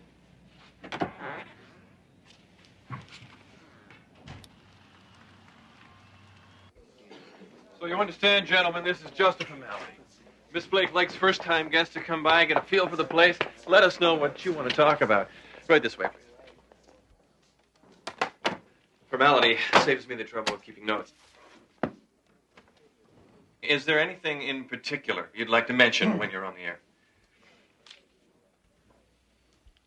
Only that the true meaning in life is that which we choose to give it, and that the universe is not without mercy, and not so jealous that it cannot allow for a multitude of visions. All truths are correct, all creeds valid, and the only secret is that there is no secret.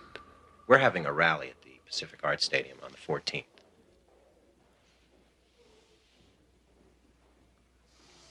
So perhaps Miss Blake would want to mention that. Sure. Which part? You'll have to excuse Mr. Randall. He's been working very hard. Sometimes it's hard to keep it all straight. I have no trouble seeing things as they are. That is indeed my curse. I see this television as the single greatest time waster in the history of mankind. You make sport of people's pain and exploit people and sell trinkets to those who cannot afford them. You do this to increase your own wealth. Yes, I see things quite well indeed. And I see that the woman in whose employ you labor is an adulteress, a user of chemicals. That'll be quite enough. But excuse me. What the hell is wrong with you? Where's the guy? He's gone, and I wouldn't blame him if he had the appearance canceled after what you said. I said what? I didn't say anything. Leonard, don't play games with me. I'm not, Don. Honest. You're not, huh?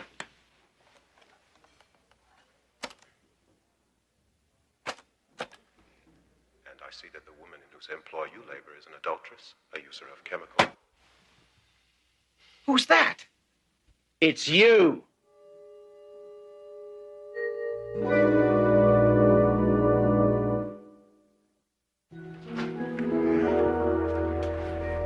So what's the situation?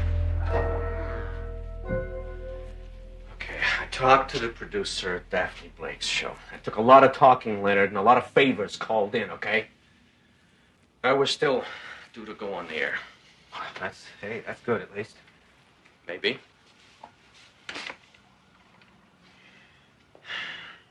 Leonard, this can't keep going on. Now, you're going to have to do something before we go on the show. You have to get control of that, that voice. Well, it can't be Delos. There is no Delos. I mean, Don, we invented him. Remember? I said a 10,000-year-old warrior, and you thought I said a 10,000-year-old warrior.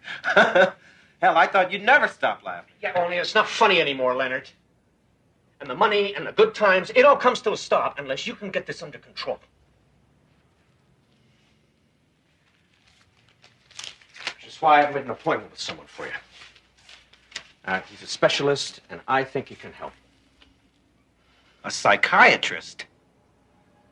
No way. Not a chance. Leonard, I don't know what's going on here, and neither do you. All I know is everything is riding on this show tomorrow. Now, mess up, man. And we're finished. I said no. N-O. I can handle it! I'm sorry.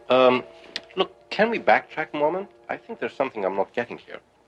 You're a trance channeler, aren't you? Yes. Not to be judgmental, but you're supposed to hear voices, yes? Yes. Then what's the problem? Well, it's, you've got to understand, Dr. Greenberg, I'm really getting this voice, see? And I've got to go on TV tomorrow. So, unless you can help. Television. Now I start to get the picture, so to speak. Mr. Randall, I've worked as a psychotherapist for 20 years. I pride myself on my record. If it's all the same to you, I'd rather not be the subject of this little publicity stunt. You may claim to hear as many voices as you wish, Mr. Randall, but do not come to me to add credibility to your little scam. Yes, you are a good man. One of the few I have met recently. That's right, and I... Oh, I see. And this is the voice, is it? Very nice. What else do you do? I speak honestly, that's all. It's not unlike what you do, I think. Oh, I see. And who might you be? Napoleon? Aristotle? Napoleon is dead. Aristotle is dead. And you do not look well yourself. Why do you do that to yourself? I think that'll be all for today, Mr. Randall. You miss her very much, don't you? What? I see such pain in you. But there was nothing you could do, even if you had arrived sooner. It would have been too late. Your wife misses you as much as you miss her. But she would prefer you did not hurry the reunion. Get out! What? What did I do? Just, how dare you? How dare you use my wife too? Of all the sheep, just get out! Forget my fee, forget the whole thing, just go away!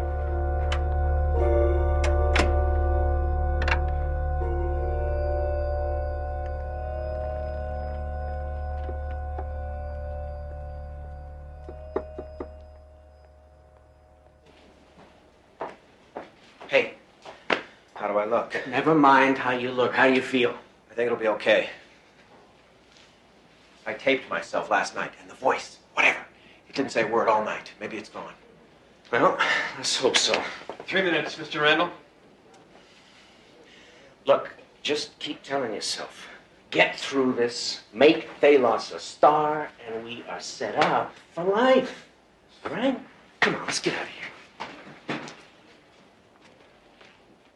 Well, we're back. Our next guest has been making quite a splash these days, and we're very pleased to have him on the show. He's a trans channeler, and that's a fascinating subject we'll explore in just a moment. But first, I'd like to welcome him to this, his first television appearance, Mr. Leonard Randall. Hello, Leonard. How are you? So, Leonard, could you start by telling us what this trans channeling is all about? I mean, how would you describe what it is that you do?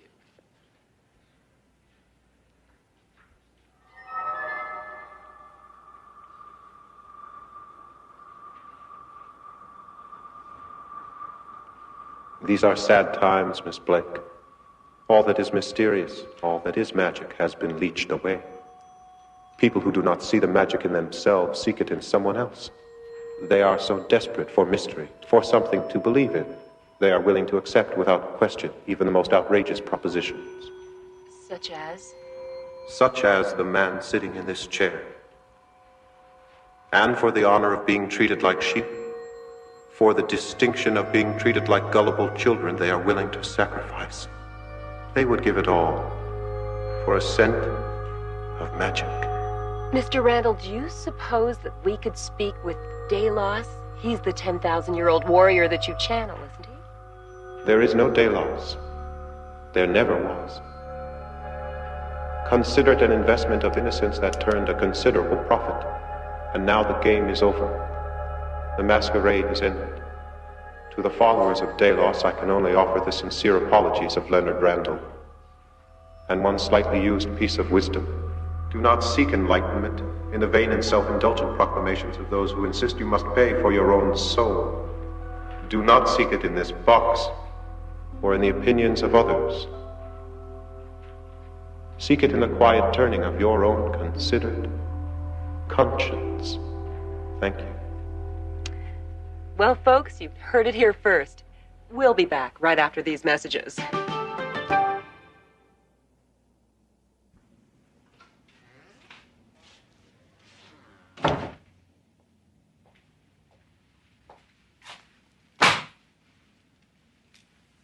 I'm almost afraid to ask. The scandal's killing us. Everyone who's ever given us a dime is asking for it back. We've logged 200 angry calls. The investors are pulling out left, right, and center. Oh, yeah. And the IRS is nosing around. We were on shaky financial footing as it was. But now, if you're lucky, there's enough to get you a hotel somewhere for the night. If you're not... What are we gonna do? We? Hey, man, I'm out of here. Yeah, it's too bad, really. I thought you were sharp. I don't know. I thought you had it.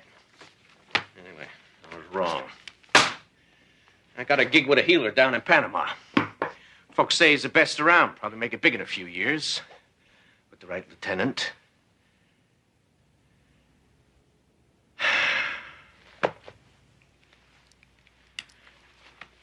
Get some serious help, Leonard. And if we should ever cross a hallway somewhere, just pretend you never met me. I will.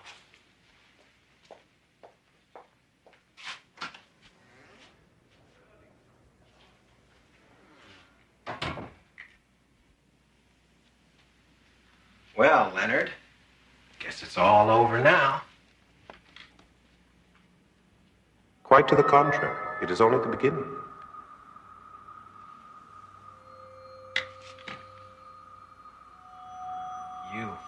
It's you. Yes, I'm pleased that you can hear me at last.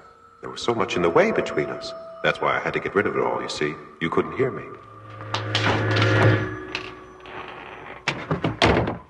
Anger, Mr. Randall? It seems rather pointless, don't you think?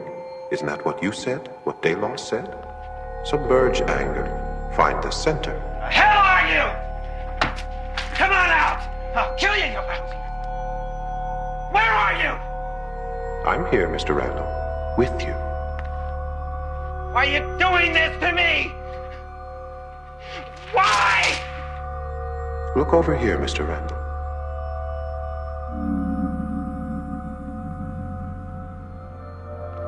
I'm here at your urging, Mr. Randall. You said the universe had chosen you for wisdom, and you, of all people, should know that sometimes, when you speak to the universe listens. You asked for wisdom, and now you will receive it. It will be a long process, but to that end, I am willing to be your constant companion. I will be with you every moment, day and night, for as long as it takes. How long? How long will it take? 20, 30 years at most. And now, as you say, in your modern world, let's take it from the top. Critical reviews received and reluctantly acknowledged by Mr. Leonard Randall. a case study in showmanship, who found himself upstaged in the final act by the Twilight Zone.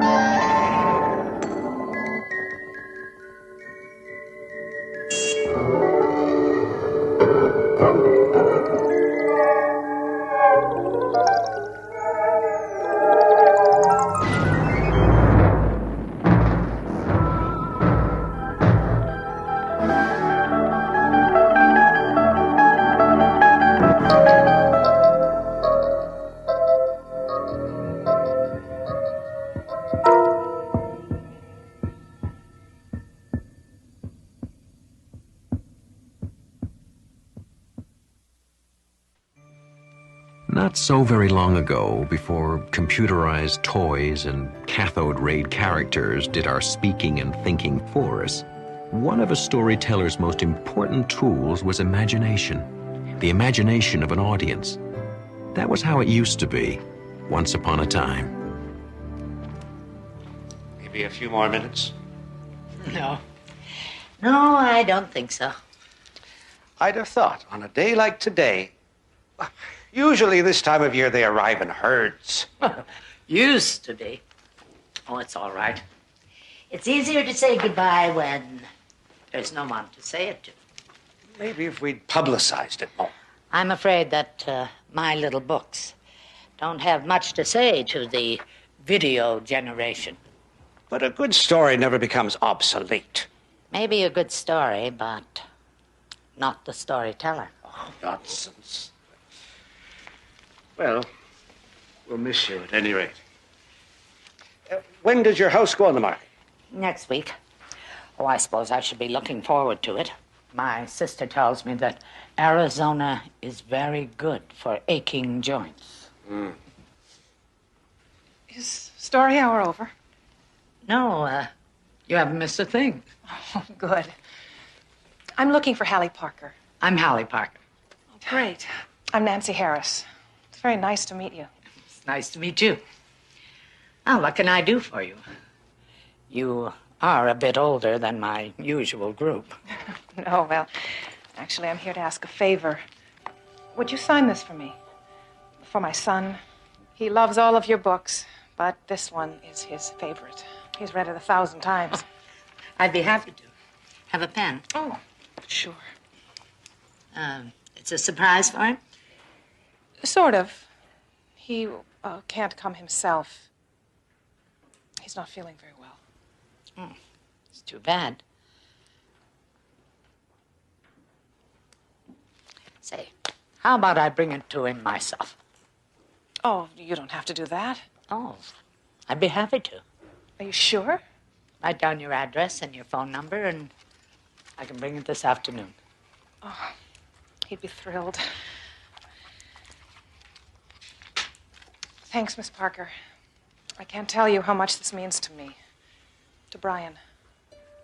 Well, I'll see you this afternoon, then, eh? Yes, thank you. Bye. His room is right down here. Brian, there's someone here to see you.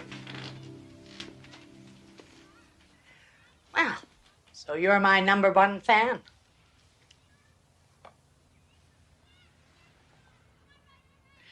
She's a writer.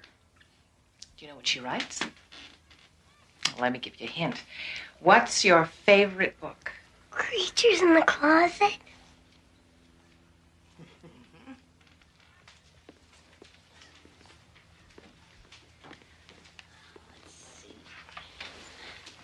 Can you read that? To Brian, who I'm sure always picks up his toys and always puts away his clothes and who certainly never, ever, ever has creatures in his closet. With kindest wishes. What's that? That's me, Hallie Parker. What do you say, Brian? Gosh, thanks, Miss Parker. You're very welcome. Want me to read you a story? I can read. Of course you can. What would you like to read to me? You can if you want.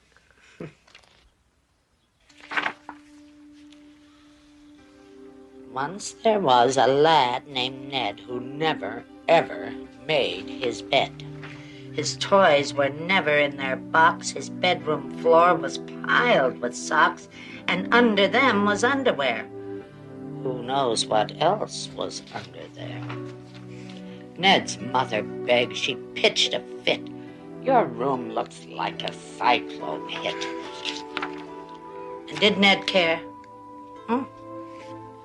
Not one bit. This part. And when he started cleaning, this is what he found. Creatures in the closet, badgers neath the bed, no toys inside the toy box. A pen of pigs was there instead. I guess I never noticed, was all that dear Ned said. And Ned just said, so that's what made that noise. I knew it wasn't me. I'm the quietest of boys. It must have been creatures in the closet and badgers neath the bed that trampled all my toys and clothes and made my mom see red.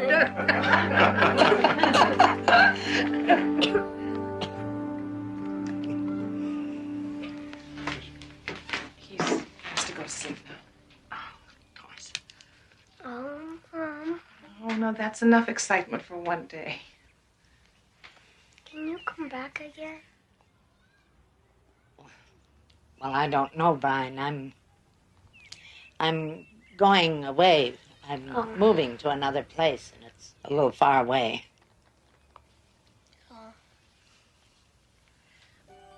But we'll see. Okay, bye, Miss Parker. Bye, Brian. Now, you get well real quick.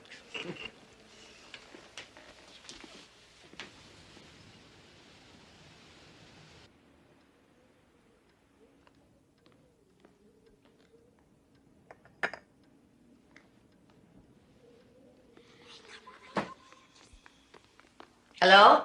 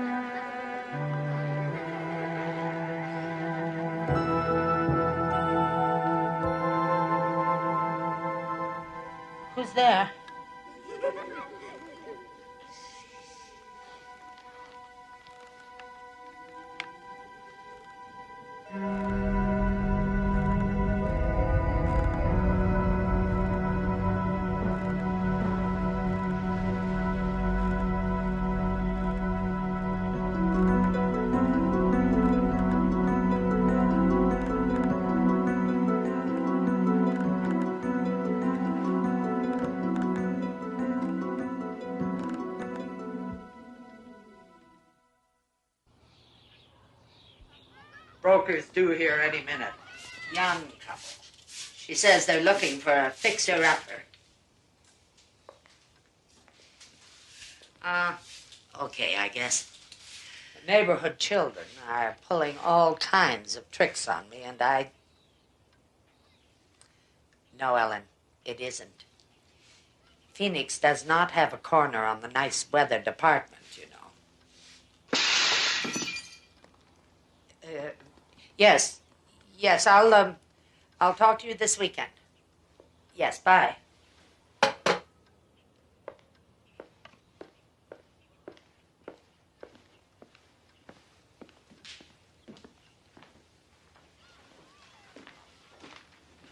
Oh, no.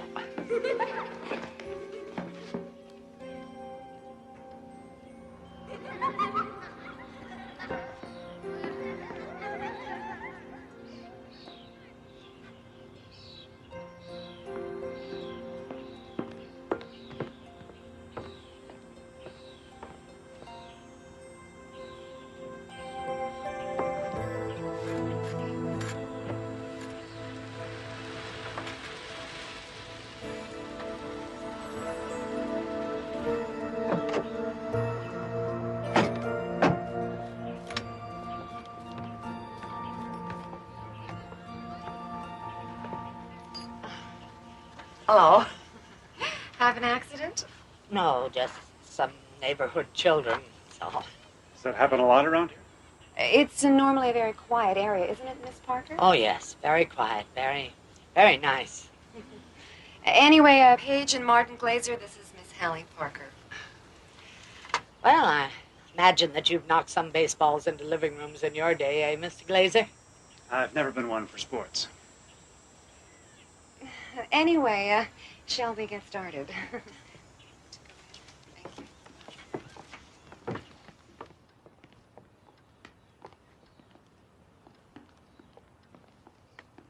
Solid oak. And not a nick or a splinter in it. So that you can slide down the banisters sometimes if you want to. Gee, Miss Parker, I hope we're not keeping you from anything. No, not at all. Shall we move on?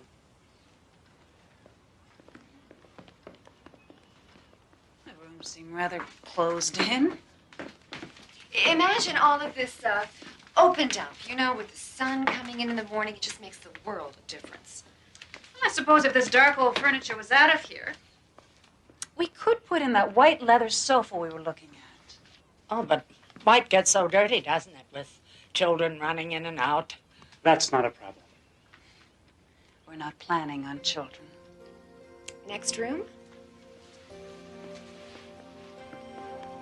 I know it seems tiny in here, but it's all the books that make it feel so small.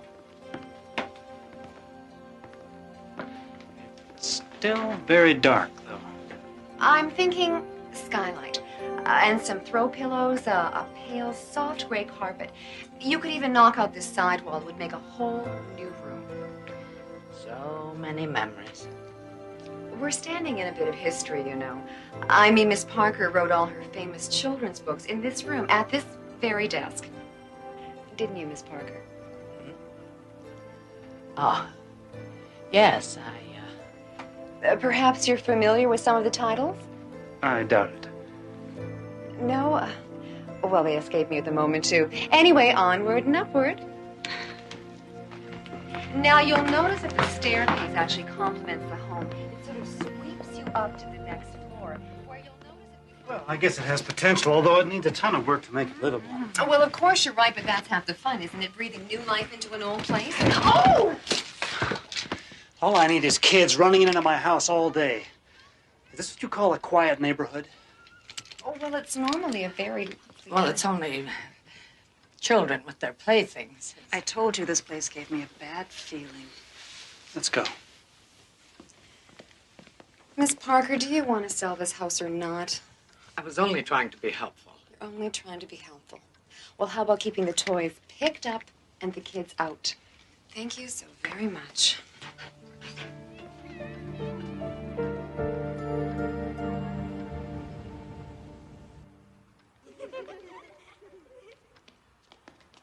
Who's there?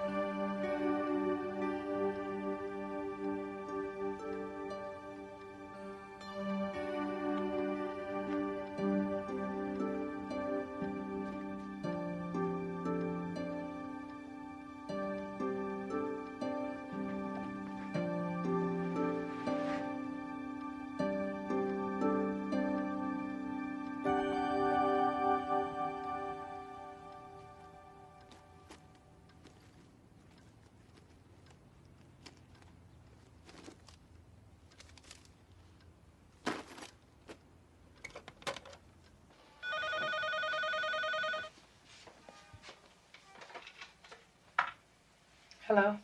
Mrs. Harris, this is Holly Parker. Hallie Parker? You remember I came by to see Brian last week. Oh, yes, of course. I'm sorry to bother you so late, but I thought that you'd want me to call. I've had some trouble with pranks from the neighborhood children. Maybe some of them go to school with Brian. I don't know, but one of them has taken his book. What are you talking about? The book that I autographed for him. Miss Parker, Brian's dead.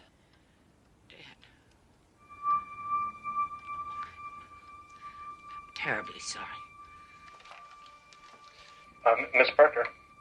Miss Parker, why are you calling? I have his book here.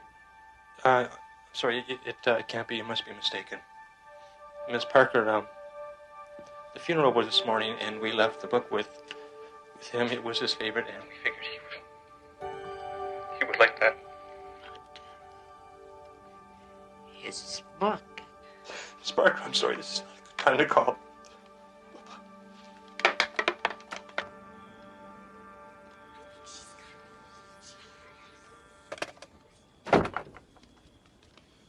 Who's that?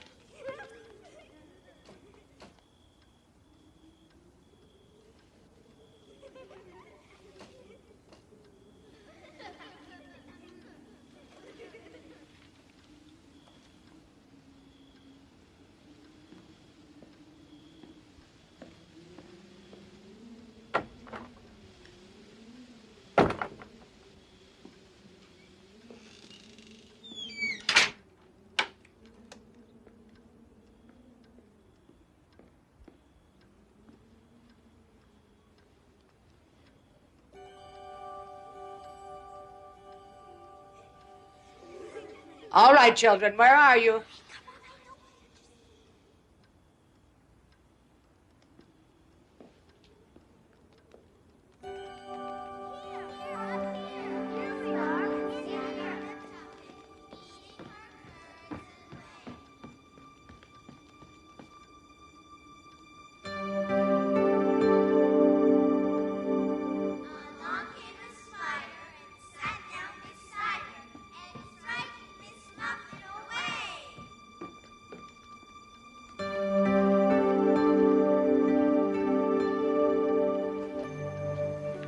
Miss Parker.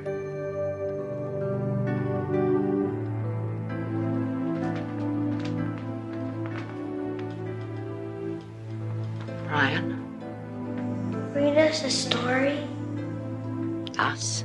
Me and my friends. We want you to stay. Stay! Read us a story! You won't leave us, will you?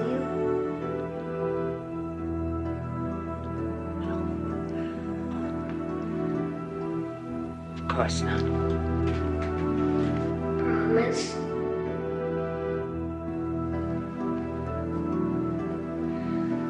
I promise.